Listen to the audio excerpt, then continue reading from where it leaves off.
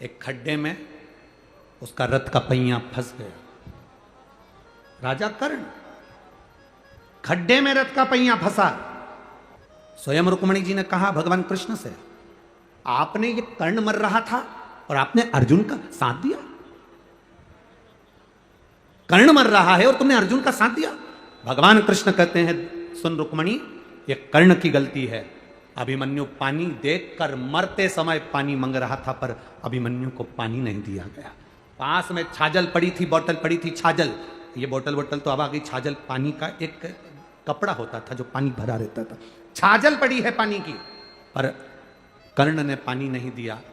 आखिरी में वो पानी जहां गिरा था वहां कीचड़ हो गया था, रथ के चलते चलते चलते चलते, और कर्ण का रथ उस खड्डे में फंस गया। मरते समय अगर जल दे देता तो कर्ण पानी के खड्डे में डूब कर नहीं मरता। मरते समय जल नहीं दे पाया। स्वामी, राजा कर्ण का रथ खड्डे में फंस गया, वो मर गया, मारा गया। 16 दिन तक राजा कर्ण का अंतिम संस्कार नहीं हुआ था। 16 दिन राजा कर्ण को अंतिम अग्नि संस्कार नहीं किया गया, अंतिम संस्कार नहीं किया। क्यों? उस युद्ध के मैदान में कोई जाने को तैयार नहीं था। उस युद्ध के मैदान में कोई पहुंचने को तैयार नहीं था। कर्ण की पत्नी वृषाली और सुप्रिया दोनों को मालूम पड़ा कि मेरा पति मर गया। कर्ण की पत्नी को मालूम पड़ा, वैशाली को और सुप्रिया को मालूम पड़ा हमारा पति मर गया। पहले कर्ण के 10 बच्चे थे, 10 लड़के थे। 10 लड़के में से 9 लड़के कर्ण के युद्ध के मैदान में मर चुके थे। केवल एक लड़का जीवित था जिसका नाम वृषकेतु था। केवल एक वृषकेतु जीवित था। और सुप्रिया जो भगवान शंकर की आराधना में डूबने वाली थी, शंकर की आराधना में रमने वाली थी, और सुप्रिया को मालूम पड़ा कि मेरा पति मर गया और मरे हुए आधा घंटा निकल चुका है, पति के प्राण छूट चुके हैं। कोई गिद्ध, कोई पशु, कोई पक्षी, कोई जानवर, कोई जलचर, कोई थलचर उसको ना खा जाए, उसकी गति ना बिगड़ जाए, उसके शरीर को कोई भक्षण ना कर जाए, कोई असुर उसके ऊपर आक्रमण ना कर जाए, उसके शरीर के कोई टुकड़े ना कर दे। सुप्रिया आंख से आंसू बहा रही है। कर्ण की दोनों पत्नियां वृषाली और सुप्रिया रो रही हैं। बेटे वृषकेतु ने आकर कहा, मां, पिता मर चुके हैं, पिता शांत हो गए, पिता के प्राण छूट गए। मां, पिता चले गए, पिता समाप्त हो गए। और उस जगह पर समाप्त हुए हैं जहां पर युद्ध हो रहा है। वहां से बॉडी को उठाना, शव को उठाना कठिन है।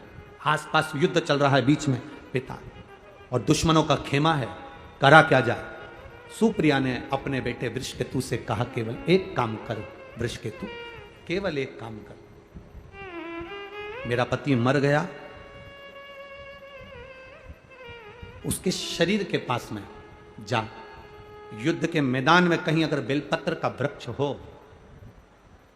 उस बेलपत्र के वृक्ष में से एक बेलपत्र तोड़कर मेरे पति के नजदीक में या उसके शरीर के पास ले जा। मां, उस युद्ध के मैदान में जहां पिता का शव पड़ा है, चारों तरफ युद्ध हो रहा है, कैसे जाएंगे? वो बेलपत्री का फल क्या होता है? बेलपत्री के वृक्ष की एक पत्ती का फल क्या होता है? शिव महापुराण की कथा कहती है, देव पितर, शिव महापुराण की कथा कहती है कि ये पितृपक्ष 16 दिन जो कर्ण को मिले हैं वो साधारण नहीं थे। एक बेलपत्र का पत्ता वृषकेतु तोड़ता है। तोड़कर वृषकेतु युद्ध के मैदान में रथ पर सवार होकर युद्ध लड़ता लड़ता पिता के नजदीक में जाता है। रथ चलता रहता है, वृषकेतु नीचे कूद जाता है। और कर्ण का 10वें नंबर का बेटा छोटा, 9 बेटे मर चुके थे राजा कर्ण के। कर्ण स्वयं मर चुका था। एक बेलपत्र उठाकर वृषकेतु ने राजा कर्ण के नजदीक में, उसके पास में उस बेलपत्र को रख दिया। उस बेलपत्र को रखने का फल क्या हुआ वो देखिए कि कर्ण के प्राण छूटने के बाद, कर्ण को मरा हुआ आधा घंटा निकल चुका था, बेलपत्र रखते से ही कर्ण के प्राण यमदूत बंदी बनाकर जो लेकर गए थे, तब चित्रगुप्त महाराज के सामने प्राण खड़े थे। और चित्रगुप्त महाराज ने कहा, क्या चाहते हो कर्ण? कर्ण कहता है, मुझे भूख लग रही है। राजा चित्रगुप्त ने कहा, जाओ सोने की पुड़ी लाओ, चांदी की सब्जी लाओ, हीरे की गुलाब जामुन लाओ, पीतांबर की थाली लाओ, सोने की पुड़ी, भजिया, जलेबी, हीरे और पन्ने के दिए गए। तो कर्ण रोने लगा कि मैं ये कैसे खाऊंगा, मुझे अन्न तो दो। इतने में चित्रगुप्त महाराज ने कहा, तूने मृत्यु लोक में रहकर सबको सोना चांदी हीरा पन्ना दिया, पर कभी अन्न का दान नहीं करा, तो तुझे अन्न मिले तो मिले कैसे, प्राप्त कैसे हो, कैसे मिलेगा? राजा कर्ण ने कहा, अगर मैं भूखा रहूंगा तो अच्छी बात नहीं, आप कृपा कर दो। क्या कृपा? बस एक कृपा कर दो कि मुझे कुछ दिन पृथ्वी पर भेज दो, जिससे मैं ब्राह्मणों का भोजन या दीन जन का भोजन करा सकूं। अब तो तुम मर चुके हो, प्राण छूट चुके हैं, मर चुके हो, प्राण छूट चुके हैं। ये अब हो ही नहीं सकती, होनी अनहोनी तो ये तो हो गई जो होना था। इतने में राजा कर्ण ने कहा, मेरी धर्म पत्नी सुप्रिया शंकर की आराधना करती थी, उसका कोई फल नहीं होगा, उसका कोई फल नहीं। चित्रगुप्त महाराज ने कहा, उसका फल अगर होता तो थोड़ी देर में देवादिदेव महादेव इस यमलोक के नजदीक में होते, शिव नहीं आए। चित्रगुप्त महाराज क्या देख रहे हैं कि सामने से वृषभ ध्वज वृषभ पर चढ़कर, नंदी पर चढ़कर मेरे देवादिदेव महादेव सामने से आ रहे थे। चित्रगुप्त महाराज पहचान गए कि जरूर इसकी धर्म पत्नी का पुण्य इसके खाते में, धर्म पत्नी का पुण्य इसके खाते में आया है। जैसे ही देवादिदेव महादेव सामने आए, राजा कर्ण ने हाथ जोड़ा, हाथ जोड़कर राजा कर्ण कहते हैं, बाबा ए मेरे शंभु, ए मेरे त्रिकालदर्शी कैलाशी अविनाशी, मैंने सोना दान करा, हीरे दान करे, पन्ना दान करा, पीतांबर दान करा, अंबर दान करा, मैं अन्न दान नहीं कर पाया। बाबा मैं अन्न नहीं दे पाया। कर्ण रो रहा था, शंकर देख रहे थे। शिवजी देखकर राजा कर्ण से कहते हैं, कर्ण क्यों चिंता करता है? ए बाबू, चिंता करने की जरूरत नहीं है। तेरी धर्म पत्नी ने तेरे शव के पास एक बेलपत्र रख दी थी, वो बेलपत्र का फल ये होगा। चित्रगुप्त महाराज, अभी तक इसके प्राण या इसका शरीर समाप्त नहीं हुआ है। एक काम करो, 16 दिन के लिए इसके शरीर को किसी दूसरे का रूप धारण कराकर मृत्यु लोक में भेज दीजिए। वो बेलपत्र का फल यह था, एक बेलपत्र का पुण्य यह था। राजा कर्ण का शरीर वापिस जीवित करा गया। एक शरीर तो पड़ा रहा कर्ण का, और कर्ण दूसरा शरीर धारण कर कर संत ब्राह्मण वृंद जन, गरीब जन, दीन जन सबको भोजन कराते रहे। भोजन कराते कराते कराते कराते लाखों लोगों को कर्ण ने भोजन कराया।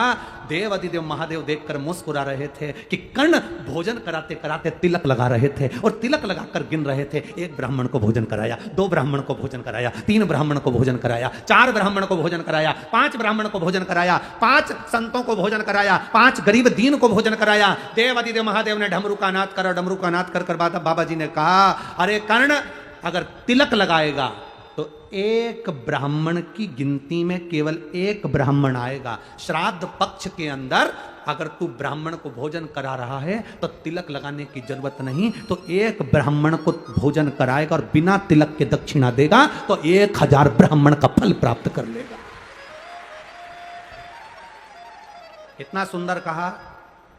डाक तिथि पर भोजन कराओ तो तिलक कर कर दक्षिणा दो, पर अगर 16 श्राद्ध में, मान लो चतुर्थी का श्राद्ध है, पंचमी का श्राद्ध है, द्वितीया का श्राद्ध है, तृतीया का श्राद्ध है, सप्तमी का श्राद्ध है, अष्टमी का श्राद्ध है, ब्राह्मण को बुलाया, साधुजन को बुलाया, गुरुजन को बुलाया, किसी को भोजन करने बुलाया, आपने दक्षिणा दी पर तिलक नहीं लगाया, तो ये मान लो पंचमी का श्राद्ध। पंचमी को तुमने कहा कि हमारे दादाजी शांत हुए थे, तुमको नहीं मालूम कि पंचमी पे और कोई भी गया होगा, तुम्हें उसका स्मरण नहीं है। जो जो पंचमी पर गए हैं वो सब तुम्हारे दरवाजे पर आकर खड़े होते हैं। अगर हमने दादाजी के निमित्त से तिलक लगा दिया तो केवल दादा को ही उसका भाग में प्राप्त होता है। अगर हमने तिलक नहीं लगाया तो पंचमी के दिन हमारे पूर्वजों में 71 पीढ़ी में कोई गया होगा पंचमी को, तो सबको उसका फल मिल जाता है, तो पितृदोष समाप्त हो जाता है। तिथि पर लगाओ। आप वैसे जिमा रहे हो 16 श्राद्ध के अलावा आप तिलक करो, दक्षिणा दो, मना नहीं। बाकी का श्राद्ध पक्ष में आप जितना बन सकता है उसको प्रेम से आनंद से करो सेवा, जितने प्रेम से कर सकते हो आप खूब भाव से सेवा करो। एक बेलपत्र का फल यह हुआ कि कर्ण का शरीर 16 दिन के लिए वापस दिया गया। 16 दिन राजा कर्ण ने भोजन कराया, खूब भोजन कराया, खूब अन्न का दान दिया। आखिरी में जब कर्ण के प्राण छूटे, अंतिम संस्कार की जब घड़ी आई, बेलपत्र का फल यह था कि राजा कर्ण का अंतिम संस्कार करने की जरूरत नहीं पड़ी। देव अधिदेव महादेव की दृष्टि पड़ी, राजा कर्ण का शरीर और उसकी आत्मा सूर्य देवता में विलीन हो गई। ये कर्ण का एक आनंद सूत्र। सुप्रिया कर्ण की पत्नी आंख में आंसू ढालकर देवादिदेव महादेव के चरणों में पहुंची।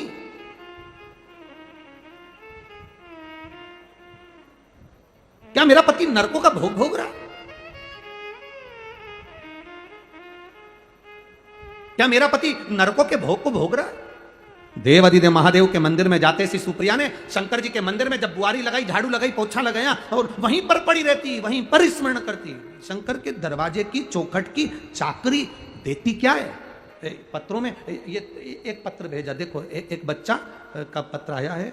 वर्षा कमल सिंह राजपूत, मोबाइल नंबर ये है, स्थान सूरत गुजरात से हैं।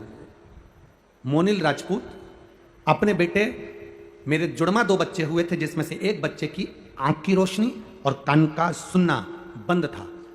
उसको मशीन फिट करवा दी थी कान के अंदर, शरीर के अंदर भी मशीन फिट करी, शरीर के बाहर भी मशीन फिट करी, जिसका हम फोटो लगाएं, तो भी उसको सुनाई नहीं देता था, आंख से दिखाई नहीं देता था। डॉक्टरों के हिसाब से तुम्हारा एक बेटा अच्छा रहेगा, दूसरा बेटा किसी काम का नहीं रहेगा। बड़ी दुखी होती थी। 8 साल का बेटा हो गया, बच्चे को दिखाई ना दे, सुनाई ना दे, करूं तो करूं क्या गुरुदेव? तब किसी ने कहा शिव जी के मंदिर में जाकर जल चढ़ाकर उस जल को ही कानों पर लगा दिया करो और उसकी आंखों में लगाया करो। डॉक्टरों ने 8 साल इलाज करा पर बच्चे की आंख और कान की आवाज वापस नहीं आई। मशीन को कान के अंदर, मस्तिष्क को काट कर अंदर मशीन फिट करी, बाहर फिट करी, तो भी बच्चे को सुनाई नहीं दिया। तब आखिरी का साधन था बरहानपुर में मेरा मायका है, मैं वहां पर गई, 7 दिन की कथा को श्रवण करा। बच्चे का फोटो लगा है, वो आप लोग एलईडी पर देख सकते हैं और आस्था चैनल पर इस बच्चे के फोटो को आप आस्था चैनल पर भी देख सकते हैं और एलईडीओं पर भी देख सकते हैं। एलईडी वाले भैया भी इसको आप दिखा सकते हैं। बच्चे का जो फोटो लगा है उसको आप एलईडी पर भी दिखा सकते हैं और आस्था चैनल पर भी आप उसे दिखा सकते हैं। बरहानपुर में कथा थी जिसको मैं सुनने के लिए गई और बरहानपुर की कथा सुनकर आई, बाबा को प्रार्थना कर कर आई, बाबा इसकी आंख की रोशनी और कानों की आवाज आप वापिस देना। बस 15 दिन निकले थे और बाबा की कृपा से मेरे बेटे की आंख की रोशनी भी आई और कानों की आवाज भी आई। मैं बाबा को प्रणाम करती हूँ। ये शिव तत्व है। ओ घड़ी शंकर की करुणा, शंकर की कृपा, शंकर की कथा। एक पत्र बड़ा सुंदर आया है, देखिए। मेरा नाम वंदना कुशवाहा है, पति योगेंद्र कुशवाहा है, महावीर नगर फर्स्ट कोटा। कहीं बैठी हैं आप ही हैं? दोनों हाथ हिला दो एक बार। श्री शिवाय नमस्तुभ्यम। गुरुजी कोटा से रहने वाले हैं गुरुदेव। 20 साल से सोराइसिस की बीमारी थी गुरुजी। सोराइसिस की बीमारी एक ऐसी बीमारी है गुरुजी, डॉक्टर के हिसाब से ये मरते दम तक रहती है। शरीर की फुकड़ियाँ निकलती हैं, शरीर में से चर्म निकलती है, खाल निकलती रहती है, खुजालते रहते हैं, पर वो सोराइसिस की बीमारी कितनी भी इलाज करा लो नहीं जाती। 20 साल से ये बीमारी थी। 2019 से आपकी कथा सुनना प्रारंभ करी गुरुदेव। सारे डॉक्टरों का इलाज करवाया पर आराम नहीं लगा। बाबा की कृपा का मैं क्यों गुणगान करूं। आप कहते हो मंदिर में जाओ, मंदिर की सफाई करो। मैंने मंदिर की सफाई करना प्रारंभ करा, झाड़ू पोछा करना प्रारंभ करा, मंदिर में शिव जी का श्रृंगार करना प्रारंभ करा, बाबा को चढ़ा हुआ जल शरीर पर छींटना प्रारंभ करा। गुरुदेव जो बीमारी 20 साल से ठीक नहीं हुई, बाबा की कृपा से अब मैं बिल्कुल ठीक हो चुकी हूँ, इसलिए बाबा को प्रणाम करने आई। मेरा शरीर बाबा ने अच्छा कर दिया। अब मेरे शरीर में सोराइसिस नहीं रही गुरुजी। मैं खुद कथा के पंडाल में इस शरीर को लेकर आई हूं, दिखा सकती हूँ। ठीक हो बाबू? दोनों हाथ ऊपर कर दो एक बार। हर हर महादेव। श्री शिवाय। एक पत्र बड़ा सुंदर आया है, वो भी देख लीजिए। सुषमा यादव कोटा राजस्थान से, कहीं बैठी हो तो हाथ हिला सकती हैं। सुषमा यादव कोटा राजस्थान की रहने वाली हूं। मेरा पता है गोपाल मील की चाली, रंगपुर रोड, कोटा। ठीक है? हाँ, कहीं बैठी हैं क्या? कहीं बैठी हो तो हाथ हिला सकती हैं। अच्छा, इधर बैठी हैं क्या? कहाँ बैठी हैं? हाँ, हिला दो हाथ जी। ठीक है, हाँ बाउंड्री पे हैं। ठीक है, हाथ हिला दो वहीं से। ठीक है, दिख गए हो। गुरुजी मैं सुषमा यादव कोटा राजस्थान की रहने वाली हूँ। मेरा पता गोपाल मील की गली, गोपाल मील की चाली, रंगपुर रोड कोटा है। मेरा मोबाइल नंबर ये है। मेरा बेटे का फोटो लगा रही हूं गुरुजी। एक लोटे जल का मैं क्या वर्णन करूं गुरुदेव। मेरा बेटा प्रदीप यादव 2014 से सरकारी नौकरी की तैयारी कर रहा था, पर उसकी नौकरी नहीं लग पा रही थी। 1 नंबर 2 नंबर से रह जाता था। बेटा हार चुका। आखिरी में उसने कह दिया, माँ अब एक भी एग्जाम नहीं दूंगा क्योंकि मैं पास नहीं होता।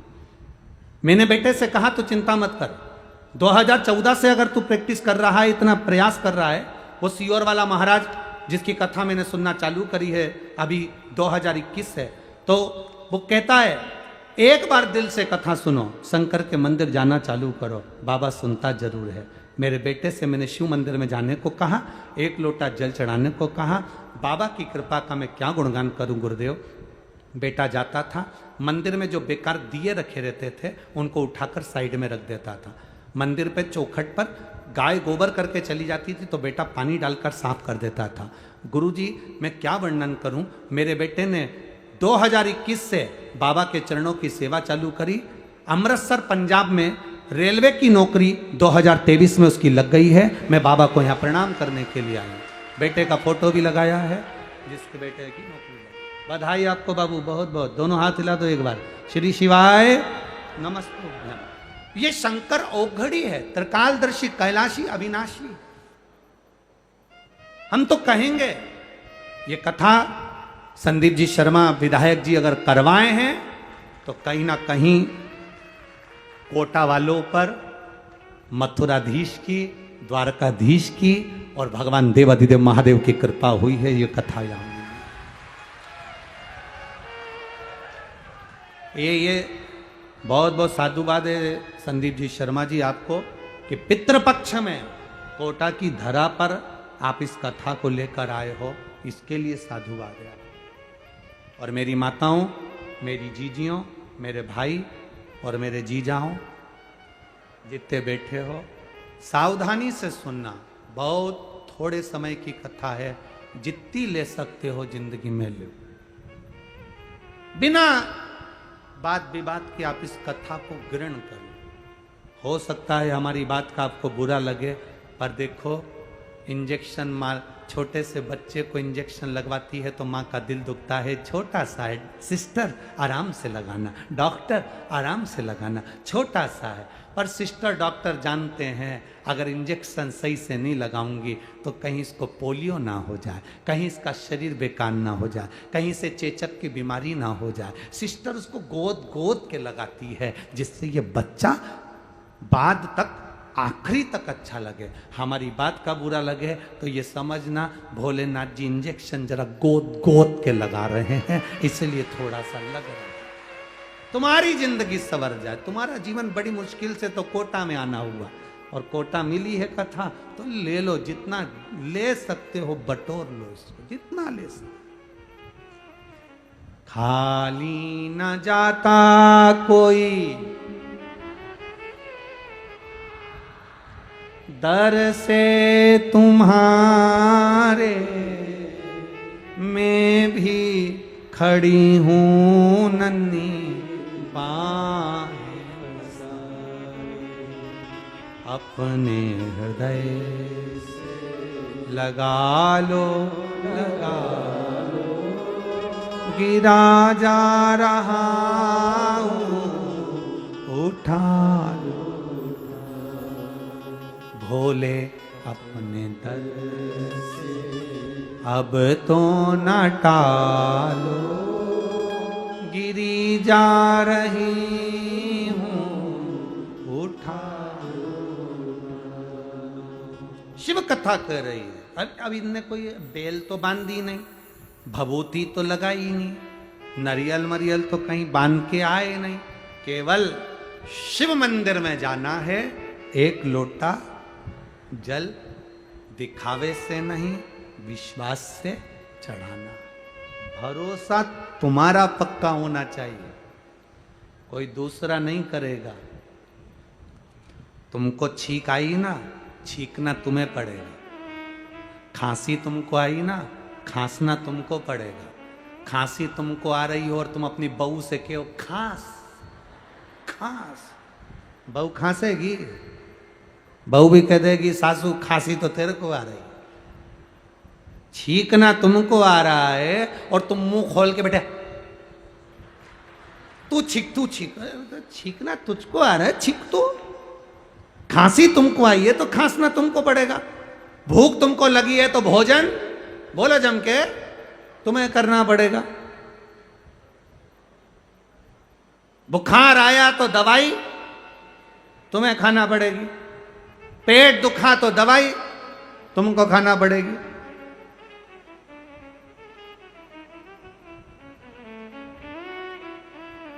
कर्म तुम्हारे बेकार हैं, उसको कोई दूसरा नहीं काटेगा। शंकर के मंदिर जाकर अपने कर्म को काटना तुमको पड़ेगा, कोई दूसरा नहीं काटना, कोई नहीं काटेगा। मत बुरे कर्म कर बंदे वरना पछताएगा, भगवान की आंखों से तू बच नहीं पाएगा, तू बच नहीं। अरे ओ अज्ञानी मत कर, अपने कर्म का भोग अपने को भोगना। सुप्रिया शंकर की आराधना में लगी रहती थी, शिव की स्तुति में।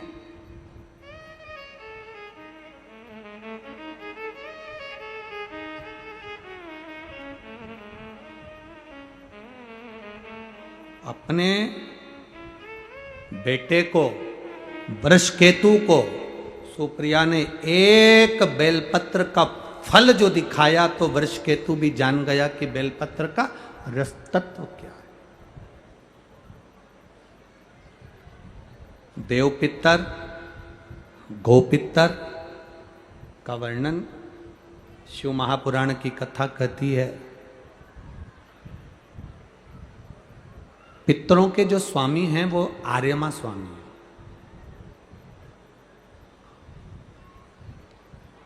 आर्यमा देव पितर किसको कहते हैं?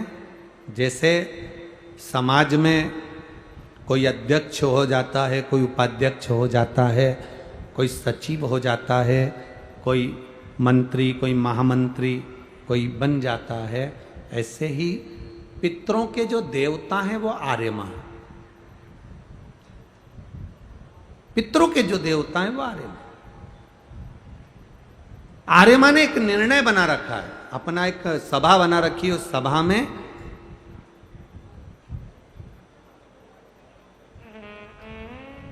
जो जीव अच्छा कर्म कर कर जाता है उसको एक पद पर प्रतिष्ठित कर दिया जाता है, जिसको देव पितर कहते हैं।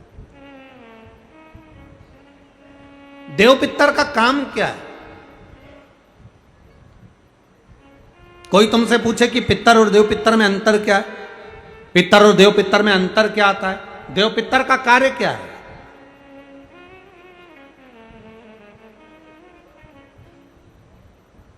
हम जब भी कोई पूजन करते हैं तो कहते पितृ देवता, बोलते कि नहीं बोलते?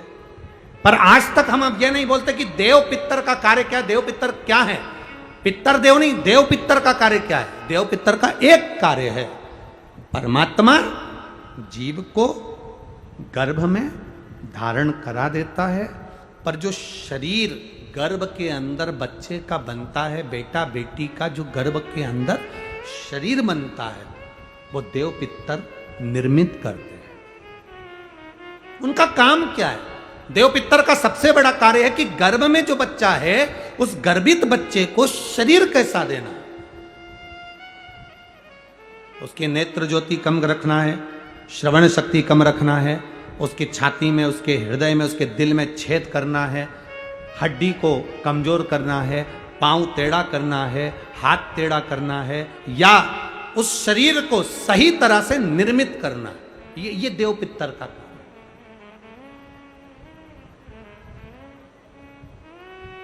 ये देव पितर का काम।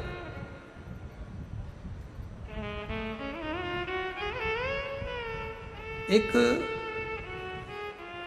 जैसे आप लोगों के स्मरण में होगा कि श्राद्ध पक्ष के अंदर चुटकी भर आटा दरवाजे की दोनों चौखट पर डाला जाता है। किसी किसी के यहाँ दरवाजे पर आटे से रंगोली बनाई जाती है। कहीं देखिए आप लोगों ने कि नहीं देखी? स्मरण में होगा किसी के, दरवाजे पर आटा डाला जाता है, वो देव पितर के भाव से डाला जाता है। जिस बेटे बेटी का मंगल विवाह नहीं हो रहा हो, शुभ कार्य की सूचना नहीं आ रही हो, बहुत दिनों से एक फाइल कहीं लगी हुई है, अटकी हुई है, नहीं काम हो रहा, हम उनसे कहेंगे ये जो 16 दिन श्राद्ध के हैं, जितने दिन निकल गए, जितने दिन बचे हैं उन दिन में आपके दरवाजे के बाहर एक चुटकी घर से आटा लाकर चौखट के इस ओर चौखट के उस ओर दोनों जगह चुटकी भर आटे को डालना प्रारंभ करो।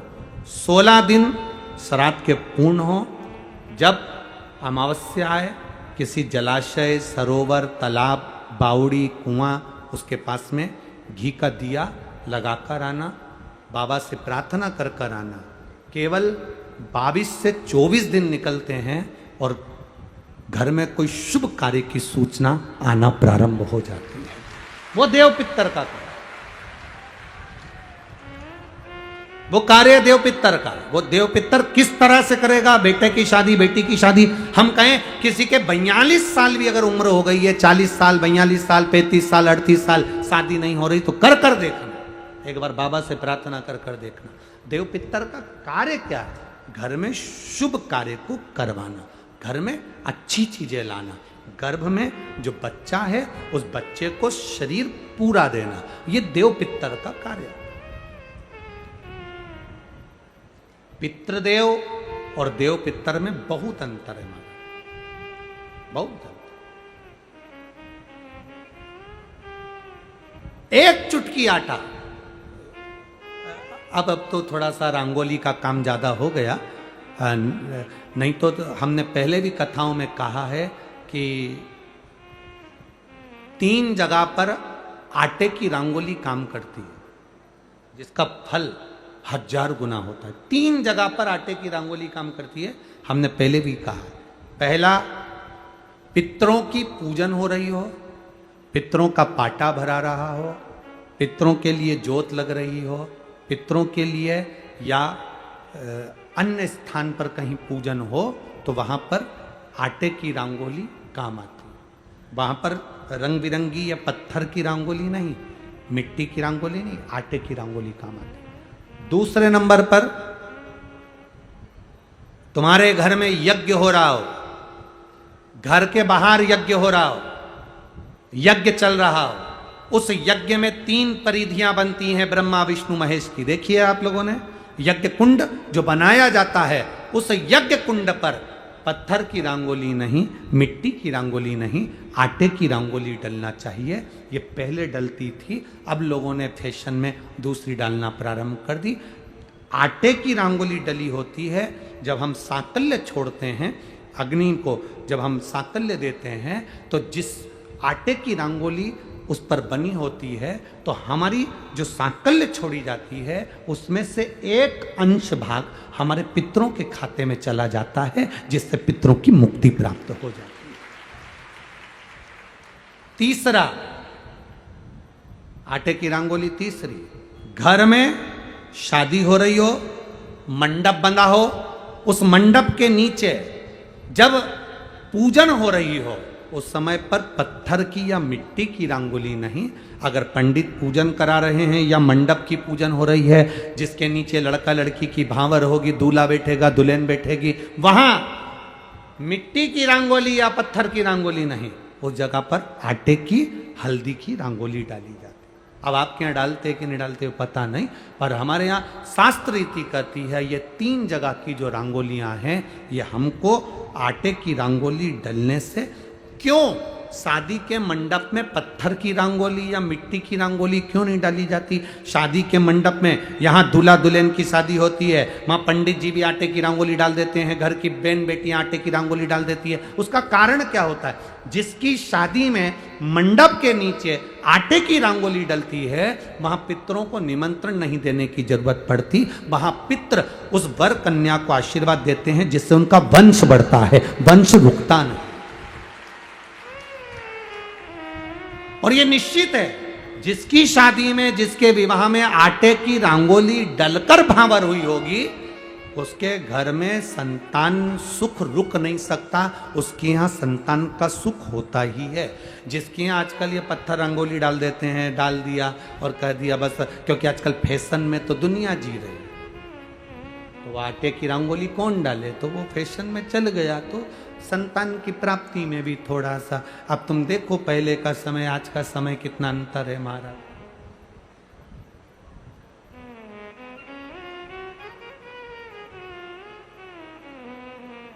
पहले के समय में संतान का सुख शादी के 1-2 साल में प्राप्त हो जाता था। आज के समय में संतान का सुख जब तक डॉक्टर के यहाँ दोनों जांच नहीं करा कर जाए, दिखा कर नहीं आ जाए, सब लोग कह रहे हैं डॉक्टर साहब जरा देखो संतान, डॉक्टर साहब बोले जांच करना पड़ेगी, बहू की भी जांच हुई, बेटे की भी जांच हुई, सब अच्छा है, उसके बाद भी संतान का सुख नहीं, उसके बाद भी संतान की प्राप्ति नहीं। शिव तत्व को जानिए। शिव महापुराण की कथा कहती है 3 जगह आटे की रंगोली की मूलता है। बोलेंगे आप लोग, पहला स्थान दरवाजे की चौखट, दूसरा स्थान बोलते जाओ जल्दी यज्ञ कुंड, तीसरा स्थान शादी का मंडप, जहां पर भले चुटकी भर आटे की रंगोली बने पर वो जरूरी है। 3 स्थान आटे की रंगोली के मूल। ये उसी तरह है जैसे तुम्हारे दरवाजे पर तुम मोती की बंदरवाल लगा लो, चमकदार बंदरवाल लगा लो, हाथ से बनी हुई बंदरवाल लगा लो, पर जब तक तुम आम के पत्ते की बंदरवाल नहीं लगाते तब तक घर में लक्ष्मी का प्रवेश नहीं होता है। आम के पत्ते की बंदरवाल,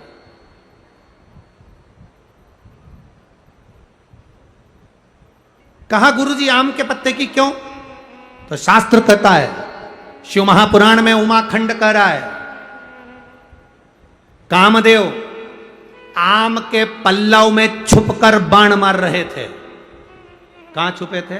आम के पल्लव में, आम के पत्तों में छुपकर कामदेव बाण चला रहे। भगवान शंकर का जब तीसरा नेत्र खुला, कामदेव आम के वृक्ष पर भस्म हो गए, आम का वृक्ष जलने लगा, आम के पत्तों में अग्नि प्रकट होने लगी। तब वरुण देव आए और वरुण देव ने आकर हाथ जोड़कर निवेदन करा, बाबा बाबा। भोलेनाथ जी बोले क्या बात है वरुण? वरुण जी कहते हैं इस आम के वृक्ष ने तो कुछ नहीं बिगाड़ा, फिर ये क्यों जल रहा? आप कृपा करिए, दया करिए। शंकर भगवान ने वर प्रदान कर दिया, तूने मेरी दृष्टि का तेज ग्रहण करा है, मैं तुझे वर देता हूं। जिसके दरवाजे पर आम के पल्लव की बंदरवाल बंधती है, उसके घर में मेरी दृष्टि सदा पड़ी रहती है, वहां रोग व्याधि दुख नहीं आता। अब तो आम के पत्ते गायब हो गए और आम के पत्ते की जगह प्लास्टिक के आम के पत्ते बनकर आ गए, और लोगों ने उसी प्लास्टिक के आम के पत्ते की बंदरवाल बांध दी। महाराज आम के पल्लव पर शंकर की दृष्टि पड़ी क्योंकि कामदेव चलकर भस्म हुआ था उसी आम के पल्लव पर बैठकर। आम के पल्लव पर बैठकर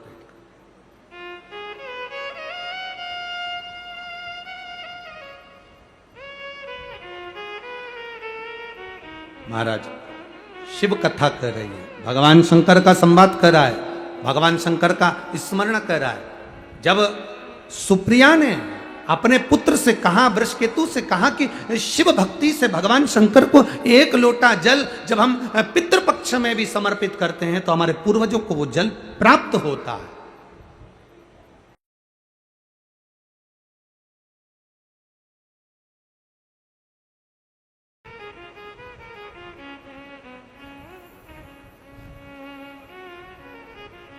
तेरी कृपा बिना न हिले एक भी। लेते हैं श्वास तेरी कृपा से बखान क्या करूं मैं राखों के ढेर का चपटी भभूत में खजाना।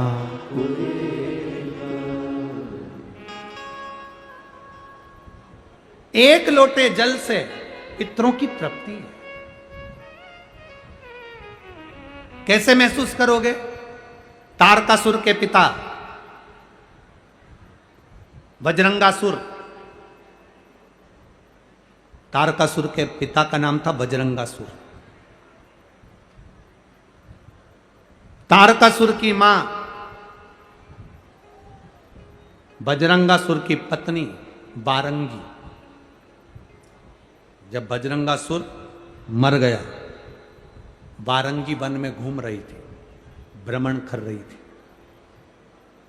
और बारंगी जब वन में भ्रमण कर रही थी तो उसको ऐसा महसूस होता था कि कोई मेरे साथ चल रहा। बारंगी ने ये बात अपने पुत्र तारकासुर से कही कि मुझे ऐसा लगता है कि मेरे साथ कोई चलता है, मैं अकेली बेधव्य विधवा भ्रमण करती हूं और कोई मेरे साथ है।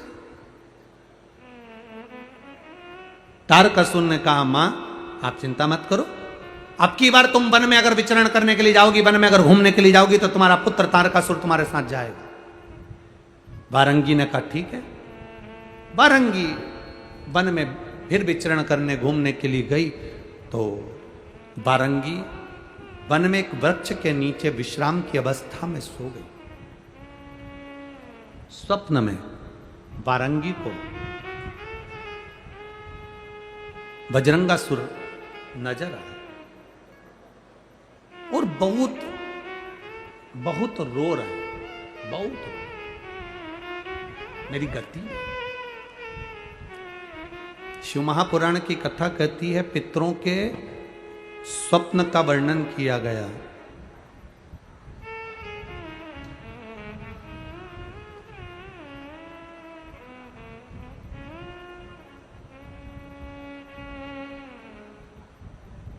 शिव महापुराण में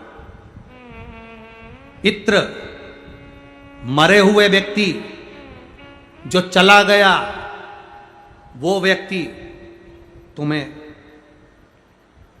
रोता हुआ नजर आ रहा है तो समझ लेना कि घर में कोई व्याधि, कोई तकलीफ, कोई कष्ट आने वाला है। पितृ अगर रोते दिख रहे हैं तो व्याधि कष्ट आने वाला है। पितृ हंसते हुए नजर आ रहे हैं तो समझ लो कोई सुख की घड़ी हमारे यहां आने वाली। और पितृ स्वप्न में अगर कह रहे हैं कि मुझे भूख लग रही है, प्यास लग रही है, पानी पिला दो, भोजन करा दो, समझ लो घर में कोई बड़ी बीमारी प्रवेश करने वाली है। उस बीमारी का प्रवेश हमारे घर में हो रहा है। पितृ गए हुए जीव, पितृ घर में अगर भ्रमण करते नजर आ रहे हैं, पूरे घर में घूमते हुए नजर आ रहे हैं, छत पर, कमरे में, कक्ष पर, अपने परिंदे पर, रसोई घर में काम करते नजर आ रहे हैं, व्यापार में, व्यवसाय में पितृ भ्रमण करते, जो गया हुआ जीव है वो घूमता नजर आ रहा है, तो शिव महापुराण की कथा कहती है उस जीव को कुछ करने की जरूरत नहीं पड़ती। पितृ घूमते हुए जब नजर आते हैं, जब हमारे पितृ पितृलोक में आराम से निवास करते हैं और आनंद से रहते हैं। 4 तरह के स्वप्न हैं, रोता हुआ देखना, हंसता हुआ देखना, भ्रमण करते हुए देखना, भूख और प्यास में व्याकुल देखना। इन चारों स्वप्न के लिए शिव महापुराण की कथा कहती है ये 4 स्वप्न पितरों के।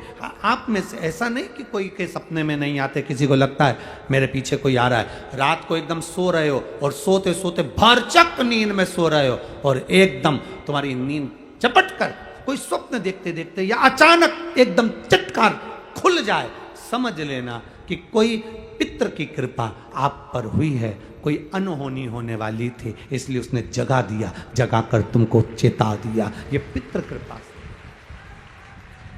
जगा कर चेता दिया उसने। ये पूर्वजों की कृपा से, पितृ कृपा से होता।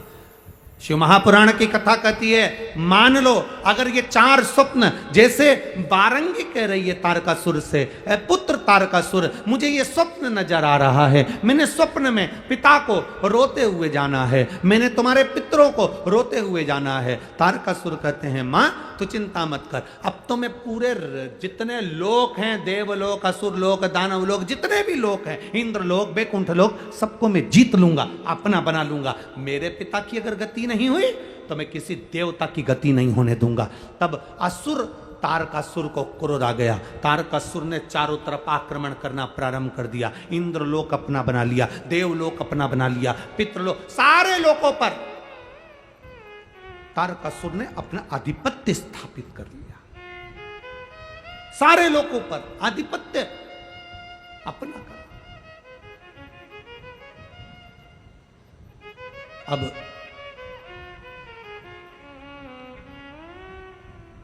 सभी लोक पर जब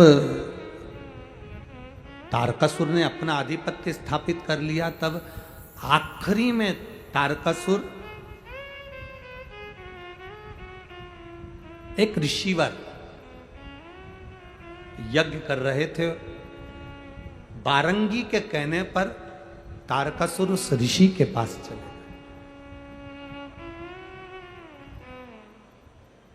हाथ जोड़कर, तारकासुर ने अभी तक हाथ किसी के नहीं जोड़े थे, केवल वर चाहिए था तो ब्रह्मा जी के हाथ जोड़े थे, बाकी के किसी के नहीं जोड़े।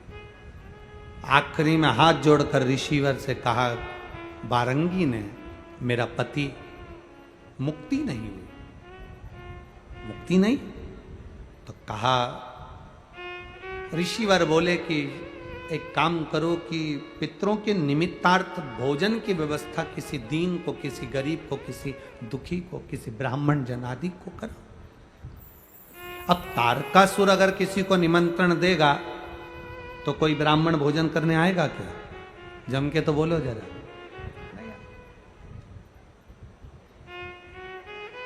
कहीं का डाकू जैसा स्वभाव वाला व्यक्ति किसी को खाना खाने बुला ले, ए महाराज, कल हमारे दादाजी मर गए थे, उनका भोजन है, सीधी तरीके से आ जाना। अब पंडित जी तो आधे तो बेचारे ऊपर से नीचे तक गीले हो गए, क्या भोजन करने जाएं? जब डरा कर बुलाया जाए, ए महाराज, कल हमारे दादाजी मर गए थे, उनका भोजन है, तुम आ जाना सीधी तरीके से। और बोला भी ऐसा कि सीधी तरीके से आ जाना। अब घर पे जाकर पंडित जी को बुखार आ गया। पत्नी ने पूछा, हुआ क्या? क्या हुआ?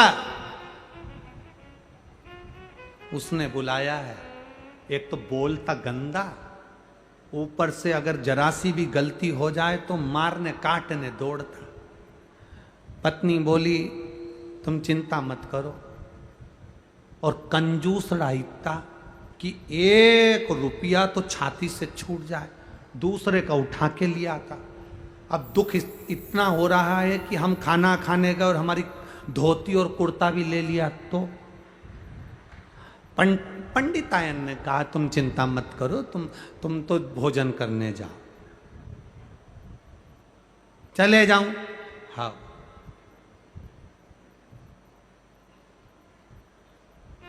पक्का? पक्का। तू तेरी साड़ी तैयार रखना,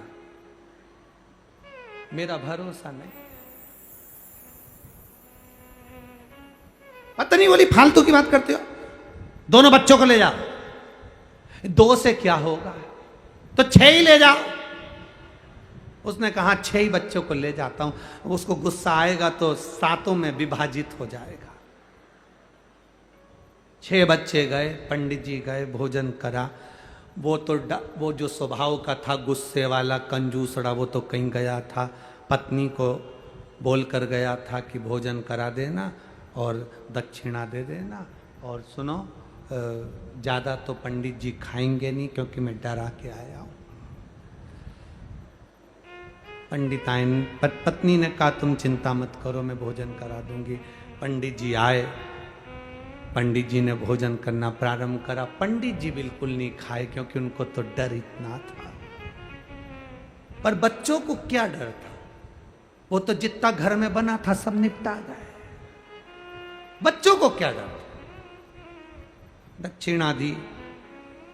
पंडित जी ने पूछा सेठ जी नहीं दिख रहा है, आते होंगे। पंडित जी ने सोचा वो आए उससे पहले अपन चले जाएं तो अच्छा है, नहीं तो ऊपर जाना पड़ सकता है। बच्चों ने इतना खाया है, बच्चे इतने समझदार थे, उन्होंने अपनी मम्मी के लिए भी पूरन पोली, मालपुआ, पूड़ी सब जेब में भर ली थी, ले गए। सेठ जी आ गए, बहुत गुस्सेला था। आते से पूछा पंडित जी खा गए? हाँ। ला रोटी ला मेरे लिए। पत्नी बोली कुछ नहीं बचा। कहां गया? वो पंडित तो कम खाता, मैं डरा के इतना आया था। उसने तो बेचारे ने डर के मारे पसीना बह रहा था, 2 रोटी खाई, और उसके साथ में 6 आए थे, पूरा खा गए। इतने में पति तो उड़ देखा ना पूर,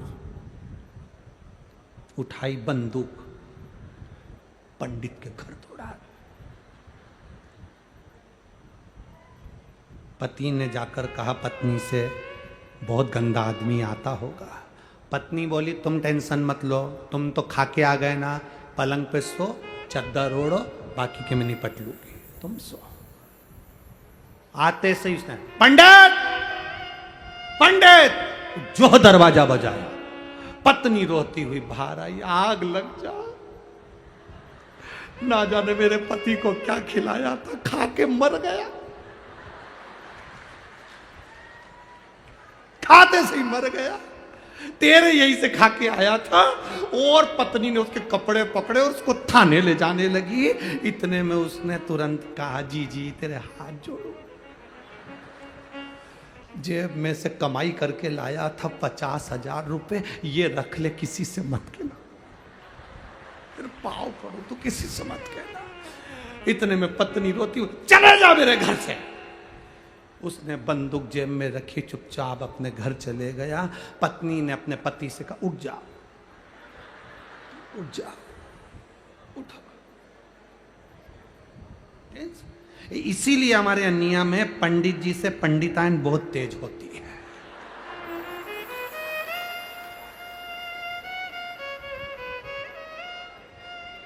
अब लोग हमसे कहते गुरुजी तुम्हारी पंडिताइन, तो हम कहे आके देखो, तुम भी पधारो। जानना, अब तारकासुर जैसा असुर अगर भोजन करने बुला है, तारकासुर जैसा असुर अगर किसी को भोजन करने बुलाएगा तो कोई आएगा क्या? जरा बोलो तो जम के कोटा वालों, कोई पहुंचेगा? तारकासुर जैसा असुर अगर भोजन करने बुलाए तो कौन आए?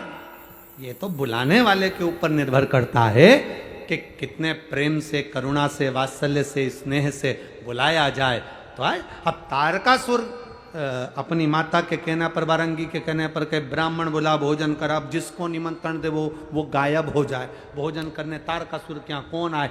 ना संत, ना साधु, ना गुरुजन, कोई ब्राह्मण जन, कोई भोजन करने नहीं।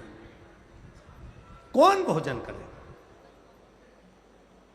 अब तारकासुर करे तो करे क्या? और पितरों के निमित्त, देवताओं के निमित्त भोजन कराना जरूरी है। अपने पिता बजरंगासुर के लिए भोजन कराना जरूरी है, और उसको पितृलोक में स्थान दिलाना जरूरी है। तो करे तो करे क्या? कोई भोजन करने आए? महाराज बड़ा कठिन।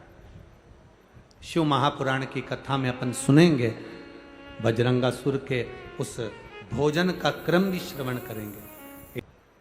अपने विश्वास को जितना दृढ़ करोगे उतना परमात्मा के करीब पहुंचते जाओ, उतने भगवान के नजदीक पहुंचते जाओ।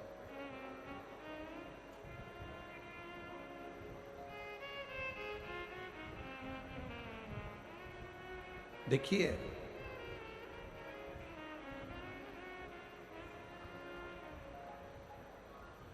एक बड़े बनने का और एक छोटे बनने का बहुत अंतर है।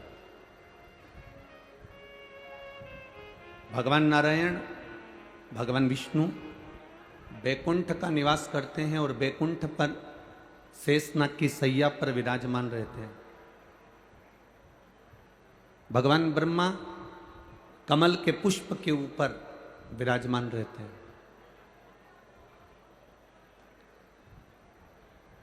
पर मेरे महादेव ना बैकुंठ में रहते हैं, ना ब्रह्मलोक में रहते हैं, ना इंद्रलोक में रहते हैं, ना देवलोक में रहते हैं। मेरे महादेव केवल इस संसार सागर के मृत्यु लोक में जो कैलाश पर्वत है, उस कैलाश पर्वत पर उनका निवास होता है। मृत्यु लोक। और मेरा बाबा बहुत बड़ा बनकर नहीं रहना चाहते, मेरे बाबा तो बहुत छोटे बनकर रहना चाहते। क्योंकि जितने जितने व्यक्ति बड़ा बनता चले जाता है ना, उसकी तीन चीजें चली जाती है।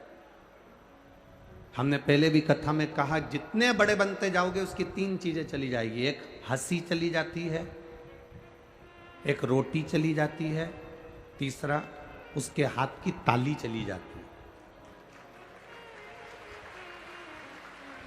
आप जितने बड़े बनते जाओगे आपकी तीन चीजें चली जाती है, तीन चीजें आपकी गायब हो जाती, तीन चीजें जाती है। सबसे पहले नंबर पर बड़े बनने पर आपकी जो हंसी है वो समाप्त हो जाती है। अगर कोई बड़ा व्यक्ति अगर हंसता भी है ना तो बड़ा सोच समझ कर हंसता, हंसूं कि नहीं हंसूं, पहले विचार करना पड़ता है उसको कि हंसूं कि नहीं हंसूं। और हंसेगा भी तो ऐसा हंसेगा जैसे तुम पार्टियों में देखना, माताएं जब बहुत वीआईपी रहे वे, बहुत वीआईपी रहे, और जब वो हंसती है तो एकदम थोड़ा सा हंसकर वो, क्योंकि ज्यादा हंस देगी तो लिपस्टिक दांत में चिपक जाएगी, तो वो ज्यादा तो हंस भी नहीं सकती। तो एक नंबर पर तो उसकी हंसी चली गई, दूसरे नंबर पर उसकी रोटी चली गई।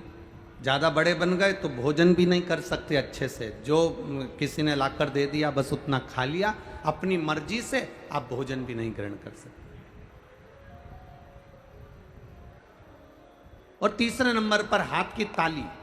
आपको मन को अच्छा लग रहा है कि मेरे को बड़ी प्रसन्नता हो रही है इस संवाद को सुनकर, मुझे बड़ी प्रसन्नता हो रही है इस कथा को सुनकर, मुझे बड़ी प्रसन्नता हो रही है इस आयोजन को लेकर, तो भी आप हाथ से ताली नहीं बजा सकते। क्योंकि ताली भी अगर कोई बहुत बड़ा व्यक्ति बजाता है तो बड़ी सावधानी से थोड़ी सी बजा लेता है, एकदम खुलकर नहीं बजा सकता, वो बजाना मुश्किल है। बड़ा व्यक्ति 2000 के नोट की तरह होता है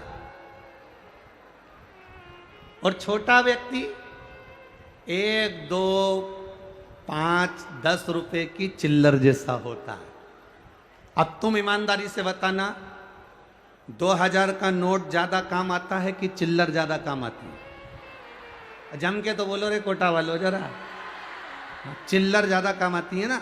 चिल्लर गरीब के कटोरे से लेकर सेठ की काउंटर तक रहती है, जन्म से लेकर मरण तक चिल्लर रहती है। लोग मुर्दे पर भी फेंक देते हैं। एक छोटे से छोटे काम से लेकर बड़ी से बड़ी फैक्ट्री तक चिल्लर रहती है।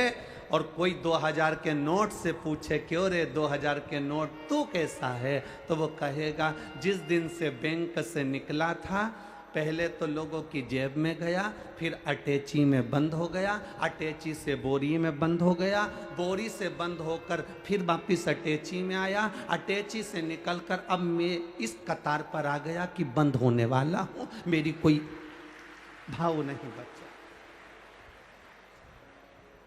ज्यादा बड़े हो जाओगे, ज्यादा बड़े बन जाओगे तो तुम्हें कैद रहना पड़ेगा, बंद रहना पड़ेगा, संभल कर रहना पड़ेगा।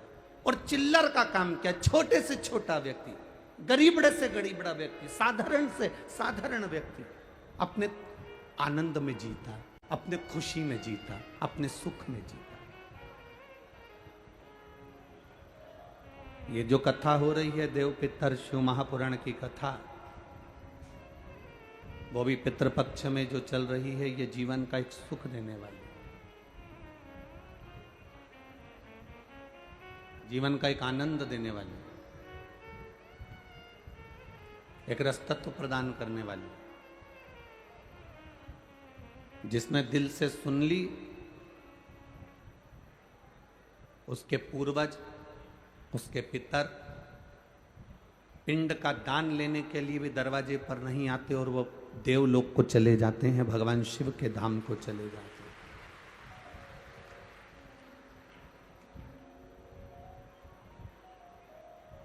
कितनी सुंदर कहती है शिव महापुराण की कथा, कहती है एक देवराज नाम का ब्राह्मण, वो देवराज नाम का ब्राह्मण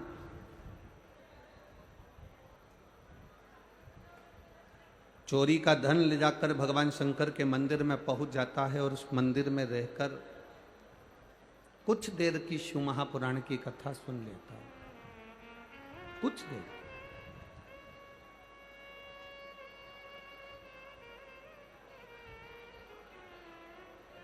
शिव महापुराण में तो कहा गया कि उसने सुनी भी कथा तो कितनी देर की सुनी, मात्र कुछ क्षण की।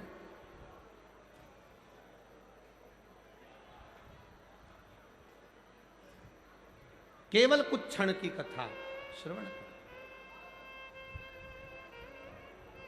और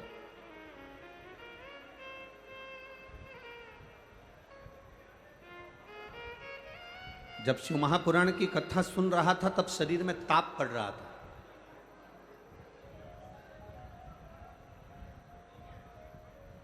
दो चीजें अपने अंदर उतार कर रखिएगा।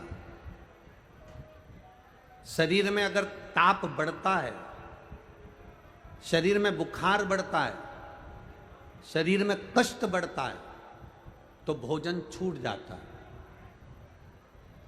आप में से कई माताएं ऐसी बैठी होंगी, कई भाई लोग ऐसे बैठे होंगे कि बुखार रहे शरीर में, थोड़ा सा कष्ट रहे शरीर में, तो भोजन अच्छा नहीं लगता। बोलो री जीजियों कोटा वाली, सही है कि गलत है? भोजन अच्छा लगता है क्या? नहीं।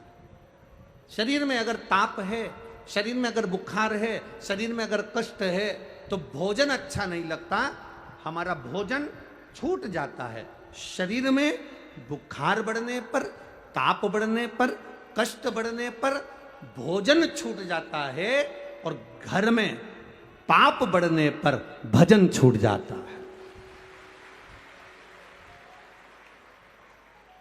जैसे जैसे हमारे घर में पाप बढ़ना प्रारंभ होता है, कोई गलत काम हो रहा है, कोई गलत चीज हो रही है, गलत धन आ रहा है, गलत संपदा आ रही है, गलत दौलत आ रही है, गलत चीजें हो रही हैं, तो हमारा पाप बढ़ता चले जाता है। पाप बढ़ा कि हमारा भजन, हमारा कीर्तन, हमारा मंत्र जाप, हमारा नाम जाप, हमारा स्मरण छूट जाता है। तुम रोज शंकर जी के मंदिर जा रही हो, रोज जल चढ़ाने जा रही हो, रोज भगवान को जल चढ़ा कर आ रही हो, प्रतिदिन भगवान देवादिदेव महादेव को अगर जल चढ़ा कर आ रही हो, और तुम 15 दिन अगर भगवान के मंदिर नहीं जा पाओ, तो विचार करना कि मैंने ऐसा कौन सा पाप कर दिया जो भगवान के मंदिर नहीं पहुंच पाए। मैं परमात्मा के दरवाजे तक क्यों नहीं पहुंचा? मैं परमात्मा की चौखट तक क्यों नहीं गई?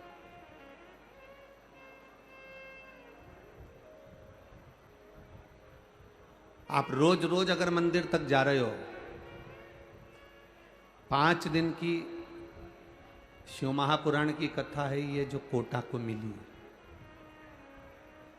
कितने दिन की है? 5 दिन की।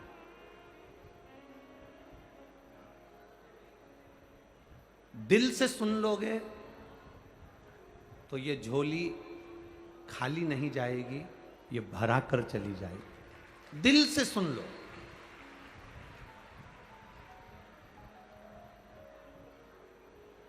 जब घर से चलो तो ये विचार कर कर चलना कि मेरे को जहां जगह मिल जाएगी मैं वहां बैठ जाऊंगी।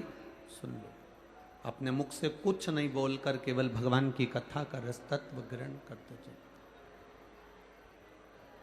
शंभु शरणे पड़ी मांगू घड़ी रे घड़ी, दुख का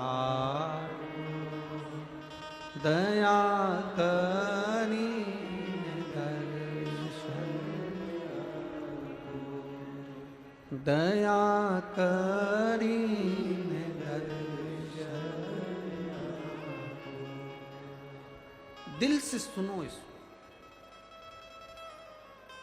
आप जितने भावों से सुन लोगे उतने भाव से परमात्मा दे दे। देवराज ब्राह्मण चोरी का धन लेकर शिवालय तक पहुंच गए। अब आप कहोगे कि गुरुजी ये तो चोर था, चोरी का धन लेकर शंकर जी के मंदिर पहुंचा था, ये अच्छी बात थोड़ी ना है कि चोरी का धन लेकर शिव जी के मंदिर में जाना। चोरी का धन लेकर भगवान के मंदिर में पहुंचना ये अच्छी बात थोड़ी ना। हम एक बात कहना चाहेंगे आपसे,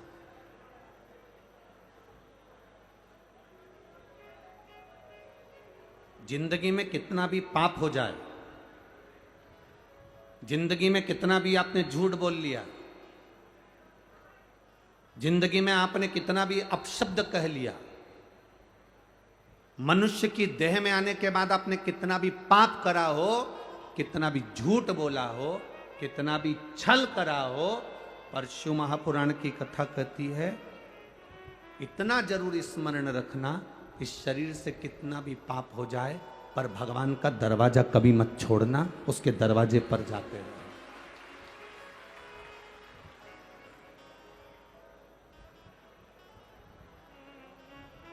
उसका द्वार कभी नहीं छूटना चाहिए, उसका दरवाजा कभी नहीं छूटना चाहिए, कितना भी पाप हो जाए। एक व्यक्ति ने कहा गुरुजी ये देवराज नाम का ब्राह्मण तो पाप करा था, चोरी करा था, चोरी करा हुआ व्यक्ति शंकर जी के मंदिर में काय को गया? उसको तो धन लेकर अपने घर चले जाना था, चोरी करने के बाद शिव जी के पास क्यों गया? शिव महापुराण की कथा कहती है बच्चा नाली में गिर गया, बच्चा गटर में गिर गया, बच्चा कीचड़ में गिर गया, बच्चा गंदी जगह पर गिर गया, गिरकर बच्चा कीचड़ में से निकला। मोहल्ले के लोग, कॉलोनी के लोग, सोसाइटी के लोग, जहां रहने वाले लोग हैं वो उस बच्चे को गले से नहीं लगाएंगे, उस बच्चे को चुप नहीं करेंगे, बच्चे से दूर से बोलेंगे भैया चुप हो जा, भैया चुप हो जा, भैया पानी ला दो, इसको पानी दे दो। मोहल्ले के लोग उस बच्चे को, मोहल्ले के लोग उस बच्चे को पानी दे देंगे, मोहल्ले के लोग उस बच्चे को चुप कराने का प्रयास करेंगे, पर मोहल्ले के लोग बच्चे को गले से नहीं लगाएंगे। मोहल्ले के लोग कभी उसको गले से नहीं लगाएंगे। बच्चा जब पानी में गिरता है, बच्चा जब कीचड़ में गिरता है, बच्चा जब गंदी जगह पर गिरता है, उसको गले लगाने वाला कोई नहीं होता। उसको गले लगाने वाला केवल उसकी माँ और उसका पिता, दो होते हैं जो बच्चे को गले लगा लेते हैं। बच्चा कितना भी कीचड़ में गिर गया, बच्चा कितनी भी गंदगी जगह में गिर गया, बच्चा कितनी भी गंदगी में गिरा हो, पर माँ बाप ये नहीं देखते कि मेरा बेटा कीचड़ में गिरा कि गंदगी में गिरा। माँ बाप तो उसको चुप कराने के लिए अपने गले से लगा लेते हैं, अपने गले से उसको लगाकर अपनी गोदी में बिठा लेते हैं। उसी तरह जैसे गंदे बच्चे को भी माता पिता अपने गले से लगाते हैं, उसी तरह व्यक्ति कितना भी पाप करा हो, मेरा महादेव उसको गले से लगाता जरूर है। वो अपने हृदय से लगाता। कर लिया उसने पाप, गलत काम हो गया, पर उसको अपने हृदय से।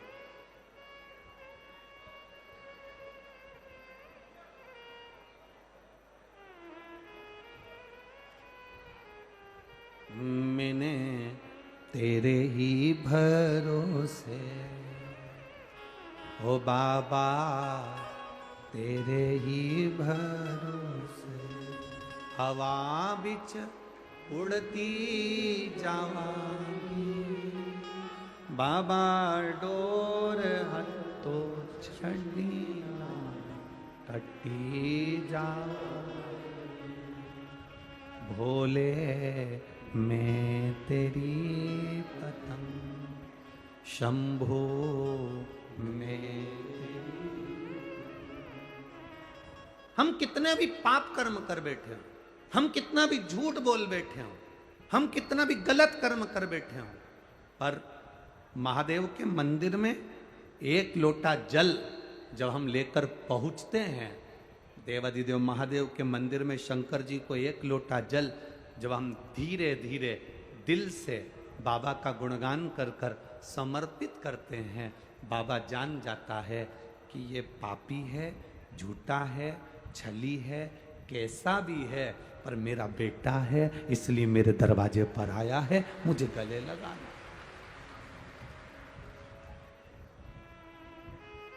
आपने सौंप दिया उसको, आपने अपनी जिंदगी का सारा भार सौंप दिया। देवराज नाम का ब्राह्मण, उसको नहीं मालूम था कि शंकर के मंदिर में जाने का फल क्या है। शिव महापुराण की कथा कहती है, शिवजी के मंदिर के सामने से निकलकर जाने का भी फल प्राप्त होता है। 1000 अश्वमेध यज्ञ के बराबर शंकर की चौखट के सामने से निकलकर जाने का फल मिल जाता है।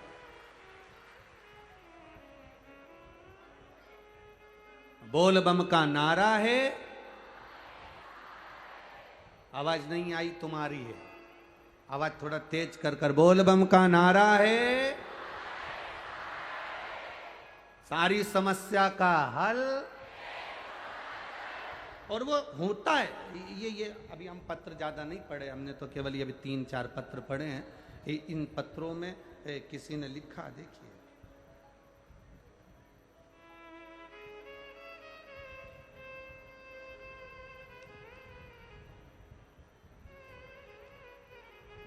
जिला कोटा, तहसील रामगंज मंडी, नाम लता तिवारी, गांव धरनाबाद, धरनावद, क्या नाम है, तुम समझ गए ना, बस चलेगा, ठीक है। और मोबाइल नंबर ये है। कहीं बैठी हैं, दिख गई क्या, कहाँ बैठी हैं, हाथ हिलाओ जरा, हाँ जी जी दिख गए, ठीक है। एक बार वापिस हाथ हिला दो। श्री शिवाय नमस्तुभ्यम। गुरुदेव, मैं क्या वर्णन करूं, मेरी सास के गले में बहुत बड़ी गठान हो गई थी, खाना छूट गया था, डॉक्टरों को दिखाया तो डॉक्टरों ने कहा इसका ऑपरेशन होगा और गठान है, शायद ये जांच के लिए मुंबई जाएगी और बड़ी बीमारी के योग हैं। गुरुदेव, अब करें क्या? डॉक्टरों ने कह दिया कि गठान बड़ी है, इसका इलाज भी होगा, ऑपरेशन भी होगा और जांच के लिए भी जाएगी, और कुछ कह नहीं सकते। तब मेरी बेटी ने उनसे कहा, दादी माँ आप शिव जी की कथा सुना करो, कभी 2 बजे आती, कभी 1 बजे आती, आस्था चैनल पर आती। आसन लगा कर दिल से सुनना, शिव जी को 1 लोटा जल चढ़ाकर उसका आचमन करना। दादी कैसे जाए, शरीर का कष्ट था, जाना आना बड़ा मुश्किल था, खाना तो बहुत पहले से छूट गया था कि खाना भी नहीं खा सकती थी गठान के कारण। बेटी शंकर जी के मंदिर जाती, जल चढ़ाकर कटोरी में पानी झेलकर अपने लाकर देती। मैं बाबा का क्या वर्णन करूं गुरुदेव, जिस गठान का ऑपरेशन 10 दिन के अंदर होना था, मैंने बाबा से कहा बाबा ज़्यादा दिन नहीं है हमारे पास में, आप कुछ ऐसी कृपा करो कि गठान गल जाए। जिसका ऑपरेशन 10 दिन के अंदर होना था, बाबा की कृपा से शिवजी पे चढ़े हुए जल को पीकर 10 दिन के अंदर गठान गल गई गुरुदेव, और मैं बाबा को यहाँ प्रणाम करने के लिए आया। ये शिव तत्व। ठीक हो जी जी, हाथ हिला दो एक बार वापिस। हर हर महादेव। बैठिए। श्री शिवाय नमस्ते। एक पत्र और आया है, देखिए। मैं यशोदा राठौर, निवासी भेस रोड कड़, रोड गढ़, ठीक है, समझ रहे हो ना तुम लोग? हाँ, बस तुम समझ जाना, बाकी के तो चैनल वाले सब समझ जाएंगे, ठीक है। मैं यशोदा राठौर, निवासी भेस रोड गढ़, जिला चित्तौड़गढ़, राजस्थान से हूँ। कहीं बैठी हैं? कहीं बैठी हो तो हाथ हिला देना। एक तो पंडाल भी तो इतने सारे लगे हैं, अभी तक कथा में 3 पंडाल लगते थे, यहाँ तो 8-10 लगा मारे तुम लोगों ने, बहुत सारे हो।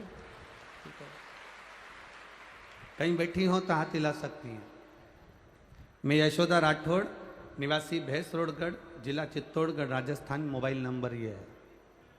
जिन्होंने पत्र में लिखा है, गुरुदेव 3 साल से मेरे दाहिने पैर की नस ब्लॉक हो गई थी, डॉक्टर ने कहा था तुम्हारा शरीर धीरे धीरे धीरे धीरे ये पाँव ब्लॉक होते चले जाएगा। नसें काम करना बंद करती जा रही थी। एक बीमारी के अंतर्गत शरीर से चलना बंद हो गया था। गुरुदेव सारी दवाइयां कराई, बड़े से बड़े हॉस्पिटल में, बड़े से बड़े शहर में जाकर इलाज करवाया, पर आराम नहीं मिला। तब हमारी पड़ोसन ने कहा कि शिवजी पे चढ़ी हुई बेलपत्र खिलाओ। हमने वो शंकर भगवान पर चढ़ी हुई बेलपत्र देना प्रारंभ करी और बाबा की कृपा से, आप कहते हो ना गुरुजी, पंडाल में बैठकर जो मांगा जाता है वो मिलता है। हम उनको लेकर अगस्त के महीने में दतिया की कथा में पहुंच गए। दतिया की कथा में हमने 3 दिन कथा सुनी और बाबा से प्रार्थना करी कि बस पाँव से चलना प्रारंभ कर दें, इनके शरीर की नसें ब्लॉक हो गई हैं, डॉक्टर के हिसाब से ये चल नहीं पाएंगे। हमने बाबा से प्रार्थना करी। दतिया से 3 दिन बाबा को झोली पसार कर नमन कर कर वापिस आए और बाबा की, आप कहते हो गुरुजी 3 महीने में बाबा सुनता है, 2 महीने के अंदर चलना प्रारंभ कर दिया और नसें खुल गई। डॉक्टर के हिसाब से ये अब ठीक है। ये शिव तत्व है। औघड़ी शंभो शरणे पड़ी मांगू घड़ी रे, दुख का दया करी ने दर्शन। देवराज नाम का ब्राह्मण चोरी कर रहा, धन लेकर शिवजी के मंदिर में चला। अच्छा करो चाहे बुरा करो, पर भगवान का मंदिर कभी मत छोड़ो, भगवान का दरवाजा कभी मत छोड़ो। अगर आप भगवान का दरवाजा नहीं छोड़ोगे तो भगवान भी तुम्हारा हाथ जिंदगी में कभी नहीं छोड़ने वाला है, ये निश्चित।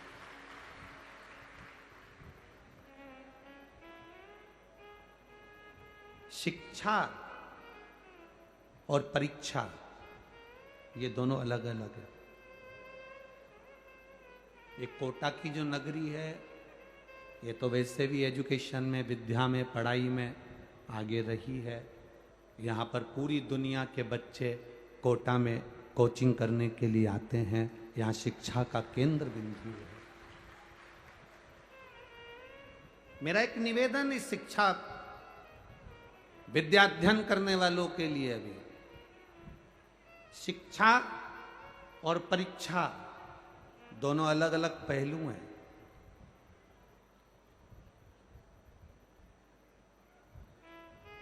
अच्छी शिक्षा हमें सफलता की ओर लेकर जाती है। आप जितनी अच्छी कोचिंग कर रहे हो, जितनी अच्छी पढ़ाई कर रहे हो, अच्छी शिक्षा हमें सफलता की ओर लेकर जाती है। शिक्षा सफलता देती है और परीक्षा, टेस्ट, इंटरव्यू ये हमको नीचे गिरना नहीं सिखाते। ये परीक्षा, टेस्ट, इंटरव्यू ये हमें बल प्रदान करते हैं कि तुम्हें दुनिया से लड़ने की सामर्थ्यता कैसी होना चाहिए। शिक्षा सफलता देती है, परीक्षा बल देती है।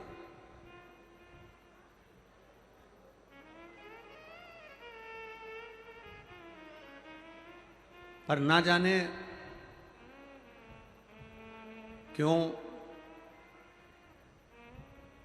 कोटा के विद्या केंद्र को, कोटा के शिक्षा केंद्र को, कोटा की एजुकेशन को ना जाने क्यों लोग, हम ये नहीं कहेंगे कि कोई, ना जाने लोग क्यों बदनाम कर कर कोटा से शिक्षा के केंद्र को फिर धीरे धीरे दबाना चाहते हैं।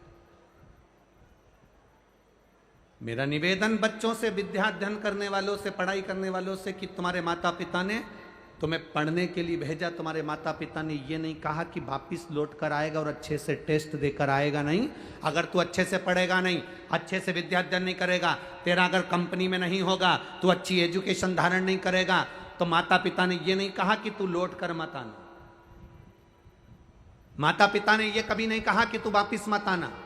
माता पिता कहते हैं पढ़ने के लिए जा रहे हो, विद्या अध्ययन करने के लिए जा रहे हो, चिंता मत करना, दिल से पढ़ाई करना, दिल से पढ़ाई कर कर दिल से इंटरव्यू देना, दिल से टेस्ट देना, दिल से परीक्षा देना। पास हो गए कोई बात नहीं, असफल भी हो गए कोई बात नहीं, तुम्हारे माता और पिता का घर तुम्हारे लिए इंतजार कर रहा है।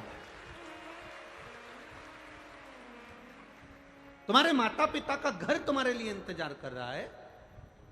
ये महादेव का जो घर होता है, महादेव का जो मंदिर होता है, महादेव का जो शिवालय होता है, भगवान शंकर का जो देवालय होता है, ये होता क्या है? मेरे महादेव हैं कौन?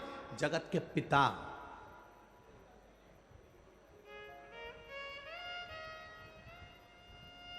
शिव महापुराण की विद्येश्वर संहिता में लिखा है, ब्रह्मा और विष्णु जी ने मिलकर मंथन करा।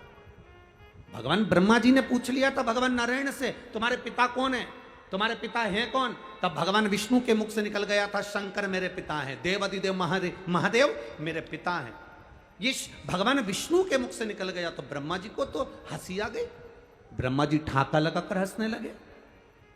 भगवान शंकर तुम्हारे पिता, वो शंकर जो शमशान में निवास करते हैं, वो शंकर जिनके गले में सर्प पड़े रहते हैं, वो शंकर जो खुले में रहते हैं, वो शंकर जिनका कोई घर भी नहीं है, वो शंकर जो भस्मी लपेटते हैं, वो तुम्हारे पिता है, वो तुम्हारे पिता है। भगवान नारायण ने कहा हाँ वो मेरे पिता हैं, देव अधिदेव महादेव मेरे पिता हैं, ये मुझे गर्व है।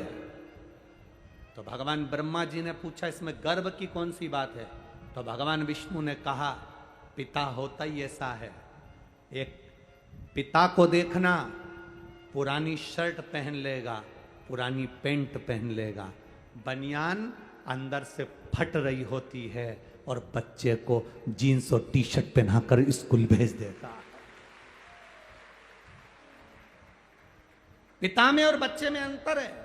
भगवान नारायण करें, भगवान शंकर मेरे पिता हैं। भगवान ब्रह्मा जी को हंसी आ गई, ठाका लगाकर हंसे कि शंकर जी जो भस्म रपेटते हैं, शंकर जी जो सांपों की माला धारण करते हैं, शंकर जी जो शमशान में निवास करते हैं, शंकर जी जो खुले में निवास करते हैं, शंकर जी जिनका कोई घर नहीं है, शंकर जी जो गंगा की धार जिनके मस्तक पर चलती रहती है, शंकर जी जो भांग धतूरे के स्मरण करते हैं, शंकर जी जो भस्म में रमे रहते हैं, शंकर जी जो आंख बंद करके बैठे रहते हैं, वो आपके पिता हैं। भगवान विष्णु कहते हैं पिता होता ही ऐसा है, दुनिया के लोगों को करोड़ों की जायदाद दे देता है और खुद वीराने में जाकर बैठ जाता है, वो पिता होता है, वो शंकर है, वो देव अधिदेव महादेव है, वो शिव है, ओघड़ी है, शंकर है। दुनिया को सुख देता है, स्वयं वीराने में रहता है। आप इतने आए हो लाखों की संख्या में, यहां से जाते समय अगर कोई गिनती कर सके तो करना। कथा के पहले दिन आप लोग लाखों की संख्या में आए हो, दूसरे दिन की चिंता बढ़ गई है, माननीय विधायक महोदय जी की भी और ओम बिरला जी की भी। दूसरे दिन की चिंता बढ़ गई है कि बैठोगे कहां, तेरा क्या होगा कालिया। चिंता व्याप है तो कहां कहां बैठोगे, कहां, जरा विचार करिए, किस जगह पर विराजोगे। और जितने तुम अंदर भरे हो ना इस ग्राउंड में, उससे आधे बाहर पेड़ों के नीचे रोडों पर बैठे हुए हैं, जहां जहां आवाज जा रही है लोगों के पास, जहां तक आवाज पहुंच रही है वहां आधे वहां भी हैं, गाड़ियों के पास, ग्राउंड के पास।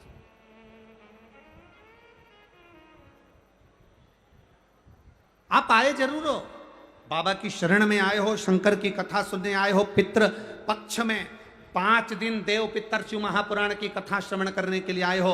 आप आए जरूर हो, पर इतना स्मरण करना, इतना ध्यान रखना कि तुम अकेले नहीं आए हो, कथा सुनने के लिए तुम अकेले नहीं पहुंचे हो।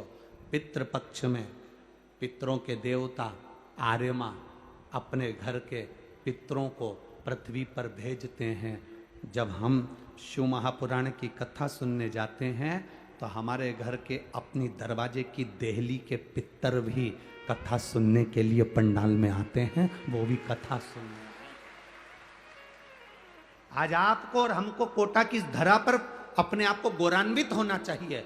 अभी तक हम पंडालों में कथा सुनते थे तो हम खुद सुनते थे, पर आज हम अपने घर के दरवाजे से निकलकर कथा के पंडाल तक पहुंचे हैं तो हम अकेले नहीं जा रहे। हमारे पूर्वजों को, हमारे पितरों को, हमारे आहूतों को, हमारे वासुकों को हम लेकर जा रहे हैं, जो कि कथा तुमने नहीं कहा कि तुम चलो, फिर भी वो कथा सुनने के लिए तुम्हारे पीछे पीछे आए।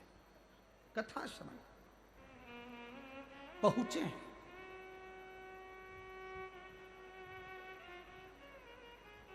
देवराज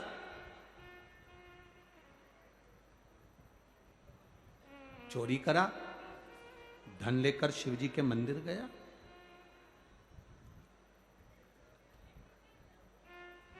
मंदिर से बाहर निकला, मंदिर में बार बार लोग चिल्लाकर कह रहे थे हर हर महादेव। तो देवराज को गुस्सा आ रहा था, क्रोध आ रहा था, देवराज का मन चिढ़ रहा था। कई लोग ऐसे हैं जिनको सनातन धर्म अच्छा लगता है, उनको कोटा में शिव महापुराण अच्छी लगेगी। जिनको सनातन धर्म से नफरत है, उनको शिव पुराण में भी कहीं ना कहीं ऐब नजर आए।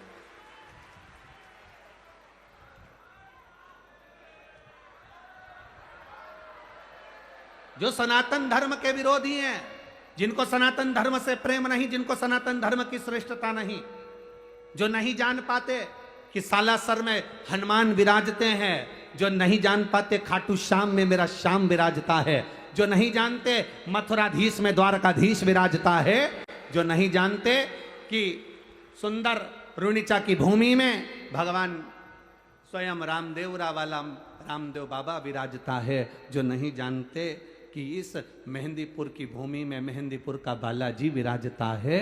सारी दुनिया का लोग कहते हैं शिक्षा का केंद्र बिंदु कोटा है, राजस्थान है। हम कहते हैं पूरी दुनिया के पूर्वजों, पितरों और उनके पूर्वजों का केंद्र बिंदु भी राजस्थान ही है। केंद्र बिंदु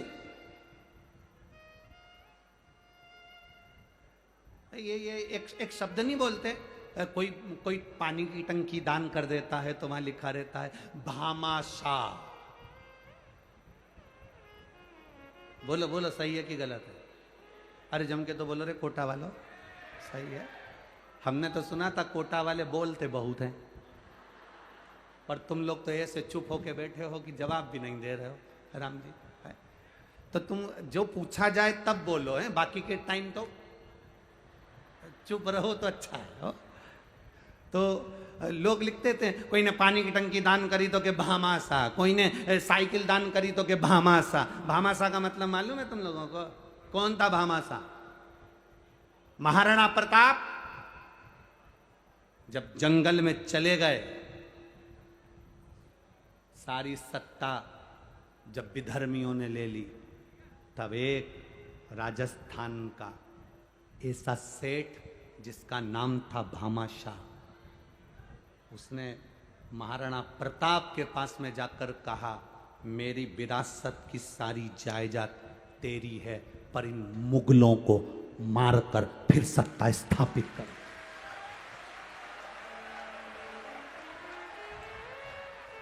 वो भामाशाह ने अपनी सत्ता, अपनी विरासत, अपनी सत्ता, अपना वैभव, अपना धन, अपनी दौलत, अपनी संपदा सब दे दी महाराणा प्रताप को, संभाल, और फिर वापिस सनातन धर्म की स्थापना कर। वापिस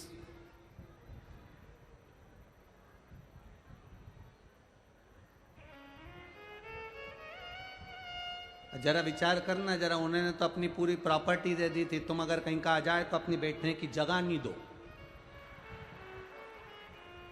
अगर कहीं का आ भी जाए ना और बाजू में आकर के जी जी थोड़ा सा खसक जाना, जी जी ए प्लीज थोड़ा सा खसकना, नहीं खसक। अब बैठी थी तीसरी में और फैल गई, ले नहीं हट। तो उसने भी जाते जाते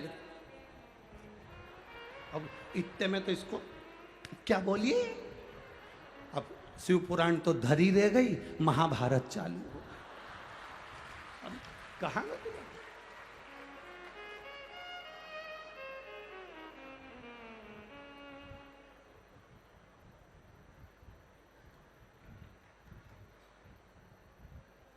अरे भाई,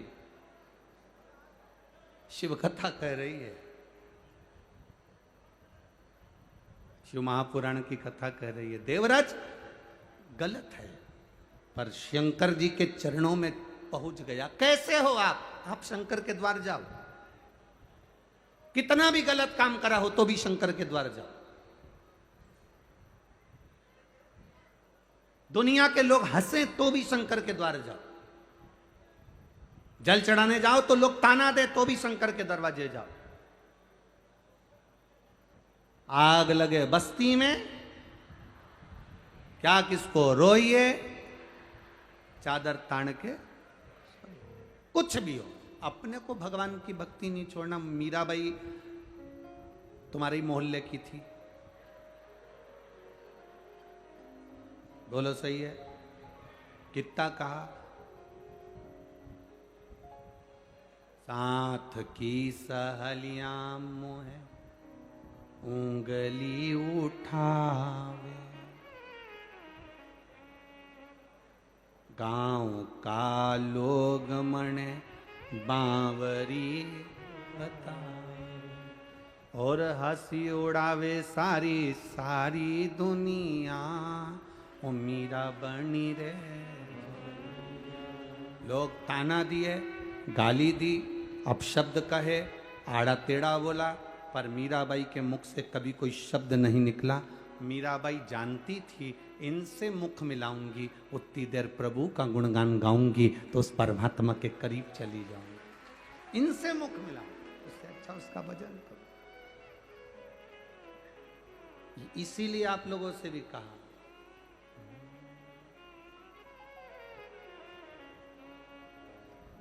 अपनी किस्मत का ताला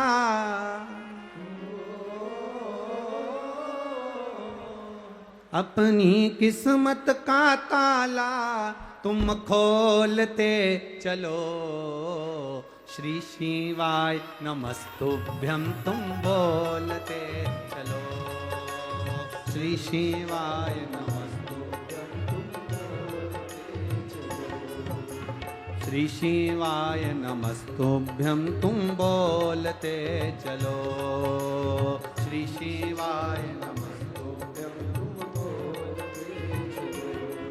अपनी किस्मत का ताला हो, अपनी किस्मत का ताला हो, अपनी किस्मत का ताला तुम खोलते चलो, श्री शिवाय नमस्तुभ्यं तुम बोलते चलो, श्री शिवाय नमस्तुभ्यं तुम बोलते चलो। दोनों हाथों से बड़े प्रेम से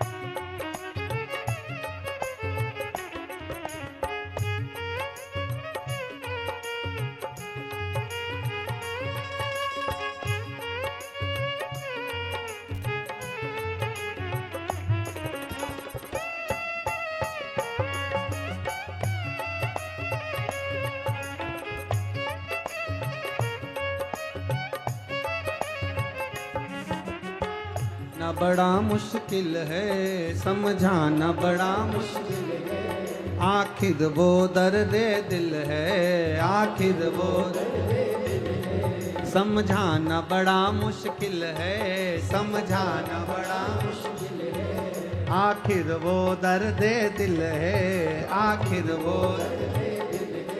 सच्चा दरबार लगा है, ये भोले की महफिल है, सच्चा दरबार लगा है, ये भोले की महफिल है, सच्चा दरबार लगा है, ये भोले की महफिल है, सच्चा दरबार लगा है, ये भोले की महफिल है। इन्हों को डमरू वाले का हो, नैनों को काशी वाले का हो,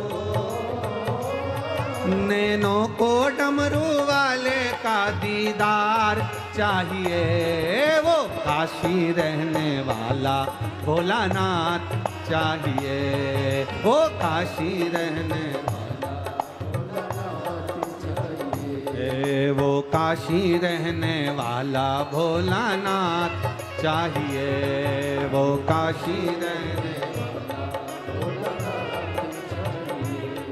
अपनी किस्मत का ताला, अपनी किस्मत का ताला, अपनी किस्मत का ताला तुम खोलते चलो, श्री शिवा नमस्तुभ्यं तुम बोलते चलो, श्री शिवा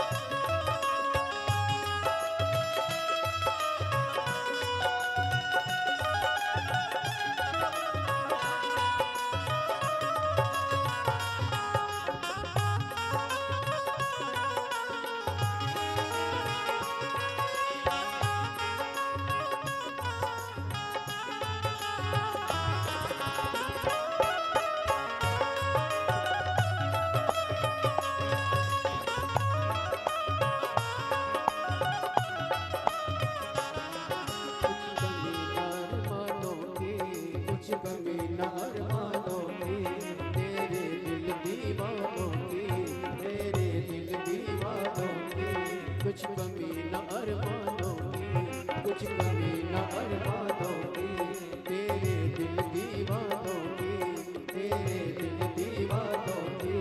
मुझको मदहोश बनाए कतार तेरे नैनों की, मुझको मदहोश बनाए सरकार तेरे नैनों की, मुझको मदहोश बनाए सरकार तेरे नैनों की, मुझको मदहोश बनाए सरकार तेरे नैनों की। नैनों को डमरू वाले का हो, नैनों को डमरू वाले का हो, नैनों को डमरू वाले का दीदार चाहिए, काशी रहने वाला भोलानाथ चाहिए, वो काशी रहने वाला भोलानाथ चाहिए।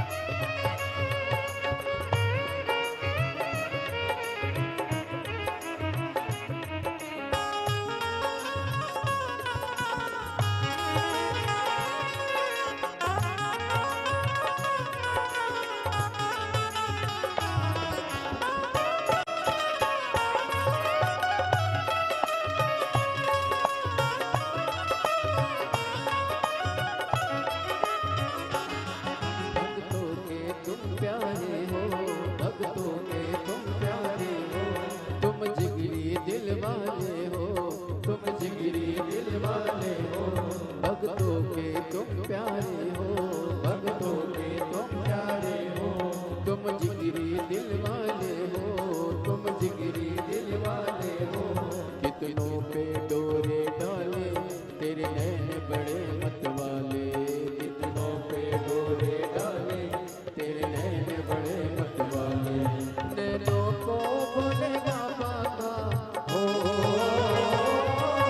नैनों को भोले बाबा का हो, नैनों को भोले बाबा का दीदार चाहिए। ओ काशी रहने वाला भोलानाथ चाहिए, ओ काशी रहने वाला भोलानाथ चाहिए। अपनी किस्मत का ताला हो, अपनी किस्मत का ताला हो, अपनी किस्मत का ताला तुम खोलते चलो। श्री शिवाय नमस्तुभ्यं तुम बोलते चलो, श्री शिवाय नमस्तुभ्यं तुम बोलते चलो। श्री शिवाय नमस्तुभ्यं तुम बोलते चलो। श्री शिवाय नमस्तुभ्यं तुम बोलते चलो।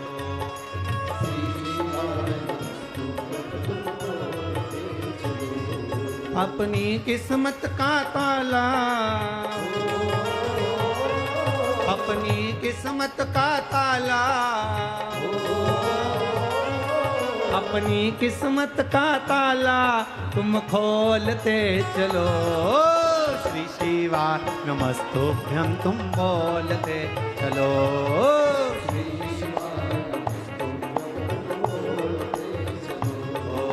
श्री शिवाय नमस्तुभ्यं तुम बोलते चलो। श्री शिवाय हार हार। अपने स्थान पर बैठकर भगवान देव अधिदेव महादेव से भाव से प्रार्थना करेंगे, दिल से प्रार्थना करेंगे। बोल बम का नारा है। अपनी जगह बैठकर भगवान देव अधिदेव महादेव से अपने मन की बात कहें, दिल की बात कहें, बाबा से प्रार्थना करें। बाबा, कोटा नगर के इस पावन कथा पंडाल में बैठकर आपसे प्रार्थना भाव से करिए। जहां जगह मिले वहां बैठ जाओ, जैसी जगह मिले वैसे बैठ जाओ और दिल से प्रार्थना करना सब। और जो लोग टीवी पर कथा सुन रहे हैं आस्था चैनल पर, वो आस्था चैनल पर, जो फेसबुक यूट्यूब पर श्रवण कर रहे हैं फेसबुक यूट्यूब पर, बड़े प्रेम से बाबा से प्रार्थना करिए। जिसको आता है साथ में बड़े भाव से धीरे धीरे आराम से बोलिए। श्री शिवा नमस्तो, श्री शिवा नमस्तो, श्री शिवा नमस्तो, श्री शिवा नमस्तो, श्री शिवा नमस्तो। भोला सब दुख काटो, ओ भोला सब दुख काटो। शिव शंकर जपूं तेरी माला, भोले बाबा जपूं तेरी माला। भोला सब दुख काटो, ओ भोला सब दुख काटो। वेश है मंगल मंगलकारी, वेश है मंगल मंगलकारी। शमशान वासी हमारा, शमशान वासी ओ भोला सब दुख का ओ भोला सब दुख का। शिव कथा कह रही है महाराज। देवराज बेलपत्री के पेड़ के नीचे पहुंच गया। जब चिल्ला रहे थे हर हर महादेव तो देवराज को ठीक नहीं लगा और वो बेलपत्र के वृक्ष के नीचे पहुंचा। जब वो बेलपत्री के वृक्ष के नीचे गया उसके प्राण छूटे, उसके प्राण समाप्त हुए। प्राण छूटते से यम के दूत उसको बंदी बनाने के लिए आए। जब यम के दूत बंदी बनाने के लिए आए तो उसी समय पर भगवान शंकर स्वयं नंदी लेकर देवराज को लेने के लिए आए। देखिए भगवान शिव की आराधना करने वाले को लेने के लिए यम के दूत नहीं आते। शिव की आराधना करने वाले को लेने के लिए भगवान विष्णु के पार्षद नहीं आते। शिव की आराधना करने वाले को लेने के लिए शंकर भगवान के गण नहीं आते। शिव की आराधना करने वालों को लेने के लिए स्वयं मेरा देव अधिदेव महादेव नंदी लेकर आता है। स्वयं शिव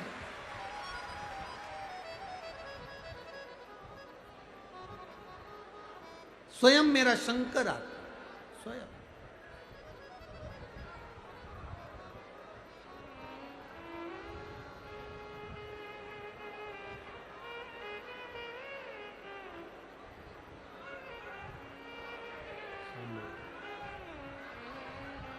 शंभु हम हमारी कथा में हमेशा कहते हैं, आप लोगों से निवेदन, कथा सुनने के लिए आए हो तो कथा का लाभ लीजिएगा। टाइम पास करने के लिए तो किसी दूसरे महाराज को भी बुला सकते हो जो तुम्हारा समय बर्बाद करे और समय निकाले। आपसे निवेदन पहले भी करा है, अपने घर से 2 पानी की बोतल लेकर चलो। बोलते हैं कि नहीं बोलते? बोलो, जम के बोलो जरा। बोलते हैं ना? 2 पानी की बोतल लेकर चलो, छाता साथ में लेकर चलो, कुछ खाने का सामान लेकर चलो दूसरे को खिलाने के लिए। पर कथा ना छूटे। तुम्हारे पास में भी अगर कोई पानी बांट रहा हो तो उसके हाथ जोड़ लो कि मेरे को 2.5 घंटे की कथा सुन लेने दो, उसके बाद तुम्हें जो करना है करो। पर निवेदन थोड़ा कथा पर ध्यान। बहुत ये विधायक जी ने, माननीय श्री संदीप शर्मा जी ने बहुत भाव से इस कथा को लिया है और अपने क्षेत्रवासियों के लिए, कोटावासियों के कल्याणार्थ लिया। हम तो कहेंगे एक बार माननीय विधायक महोदय जी संदीप जी शर्मा जी के लिए जोरदार ताली बजाओ, जिन्होंने इतनी मेहनत कर इस कथा को लिया। दिल से सुन लो। अपने घर से आओ तो 2 पानी की बोतल साथ लेकर चलो, जो तुमको लगता है वो प्रेम से लेकर चलो। कथा में तुम्हें नींद आए तो गादी तकिया भी साथ लेकर चलो, मना नहीं है, पर दिल से सुनना। कथा शिव की कथा है। जब हम यहाँ से जाएं 5 दिन बाद तो इन पत्रों में तुम्हारा पत्र आए, बाबा से ये बस कह कर जाते हैं कि तुम्हारा कार्य हो, और कोई बात नहीं। बाकी के तो समय पास करना हो तो बात दूसरी है, कोई भी कर देगा टाइम पास। शिव तत्व को जानो। देवराज को लेने के लिए ना तो भगवान विष्णु के पार्षद आए, देवराज को लेने के लिए ना इंद्रलोक से कोई आया, देवराज को लेने के लिए ना कोई यमलोक से आया। देवराज को लेने के लिए स्वयं देवाधिदेव महादेव नंदी लेकर पधारे। स्वयं शिव। शंकर भगवान के गण भी नहीं आते लेने के लिए। शंकर को जल चढ़ाने वाले को लेने के लिए शंकर के गण कभी नहीं आते। शंकर को जल चढ़ाने वाले को लेने के लिए कभी शिव के गण नहीं आएंगे, और ना यमदूत आएंगे। शंकर को जल चढ़ाने वाले का हाथ महादेव पकड़ते हैं, इसलिए महादेव ही उसको लेकर जाते हैं। अकाल मृत्यु वो मरे जो काम करे चंडाल का, काल उसका क्या बिगाड़े जो भक्त हो महाकाल का। जो शिव की आराधना करने वाला होता है उसका बाल बांका संसार का कोई मनुष्य नहीं कर सकता। बस अपनी मति शिव के चरणों में रखना। हमने पहले एक बार कथा में कहा था, आप लोगों के ध्यान में होगा, संत की मति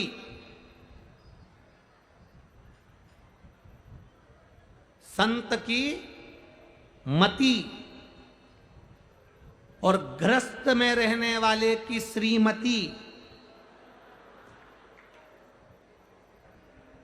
ये दोनों कंट्रोल में होना चाहिए। ये जितनी संयम में रहती है उतनी जिंदगी का सुख आपके जीवन में प्राप्त होता है। हम ये नहीं कह रहे कि तुम श्रीमती को दबा कर रखो, वो दबने वाली नहीं है। हमारा तो इतना सा कहना है कि मति और श्रीमती ये दोनों सही जगह सही स्थान पर, बुद्धि कंट्रोल में, अर्थात कोई ऐसा शब्द ना बोला जाए जिससे किसी के हृदय को ठेस पहुंचे, किसी के चित्त को ठेस पहुंचे। मति को भी सही जगह लेकर जाइए। सत्संग में, भजन में, कीर्तन में। कोई बीमार है उसकी सेवा में, कोई कष्ट में है उसके कष्ट को मिटाने के लिए मति को भी सही जगह लेकर जाइए, और अपनी श्रीमती को भी गलत जगह पर नहीं, कहीं इधर उधर गलत जगह पर नहीं, श्रेष्ठ जगह पर लेकर जाइए कि सही जगह वो पहुंचे। देवराज ने 5 मिनट की कुछ क्षण की शिव महापुराण की कथा को सुना था। सुनकर देवराज बेलपत्री के वृक्ष के नीचे चला गया था। वहां उसको याद नहीं रहा कि यह बेलपत्री का वृक्ष है। बेलपत्री की छांव में उसके प्राण छूट गए। बेलपत्री की छांव में उसके प्राण छूट गए।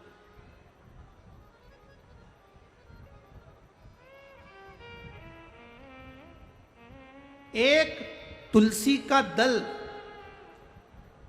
तुलसी का जल, तुलसी का चरणामृत हम पीते हैं, वह हमारे शरीर में 8 दिन तक तुलसी का दल, तुलसी का जल 8 दिन तक हमारी इंद्रियों को संयम में रखता है।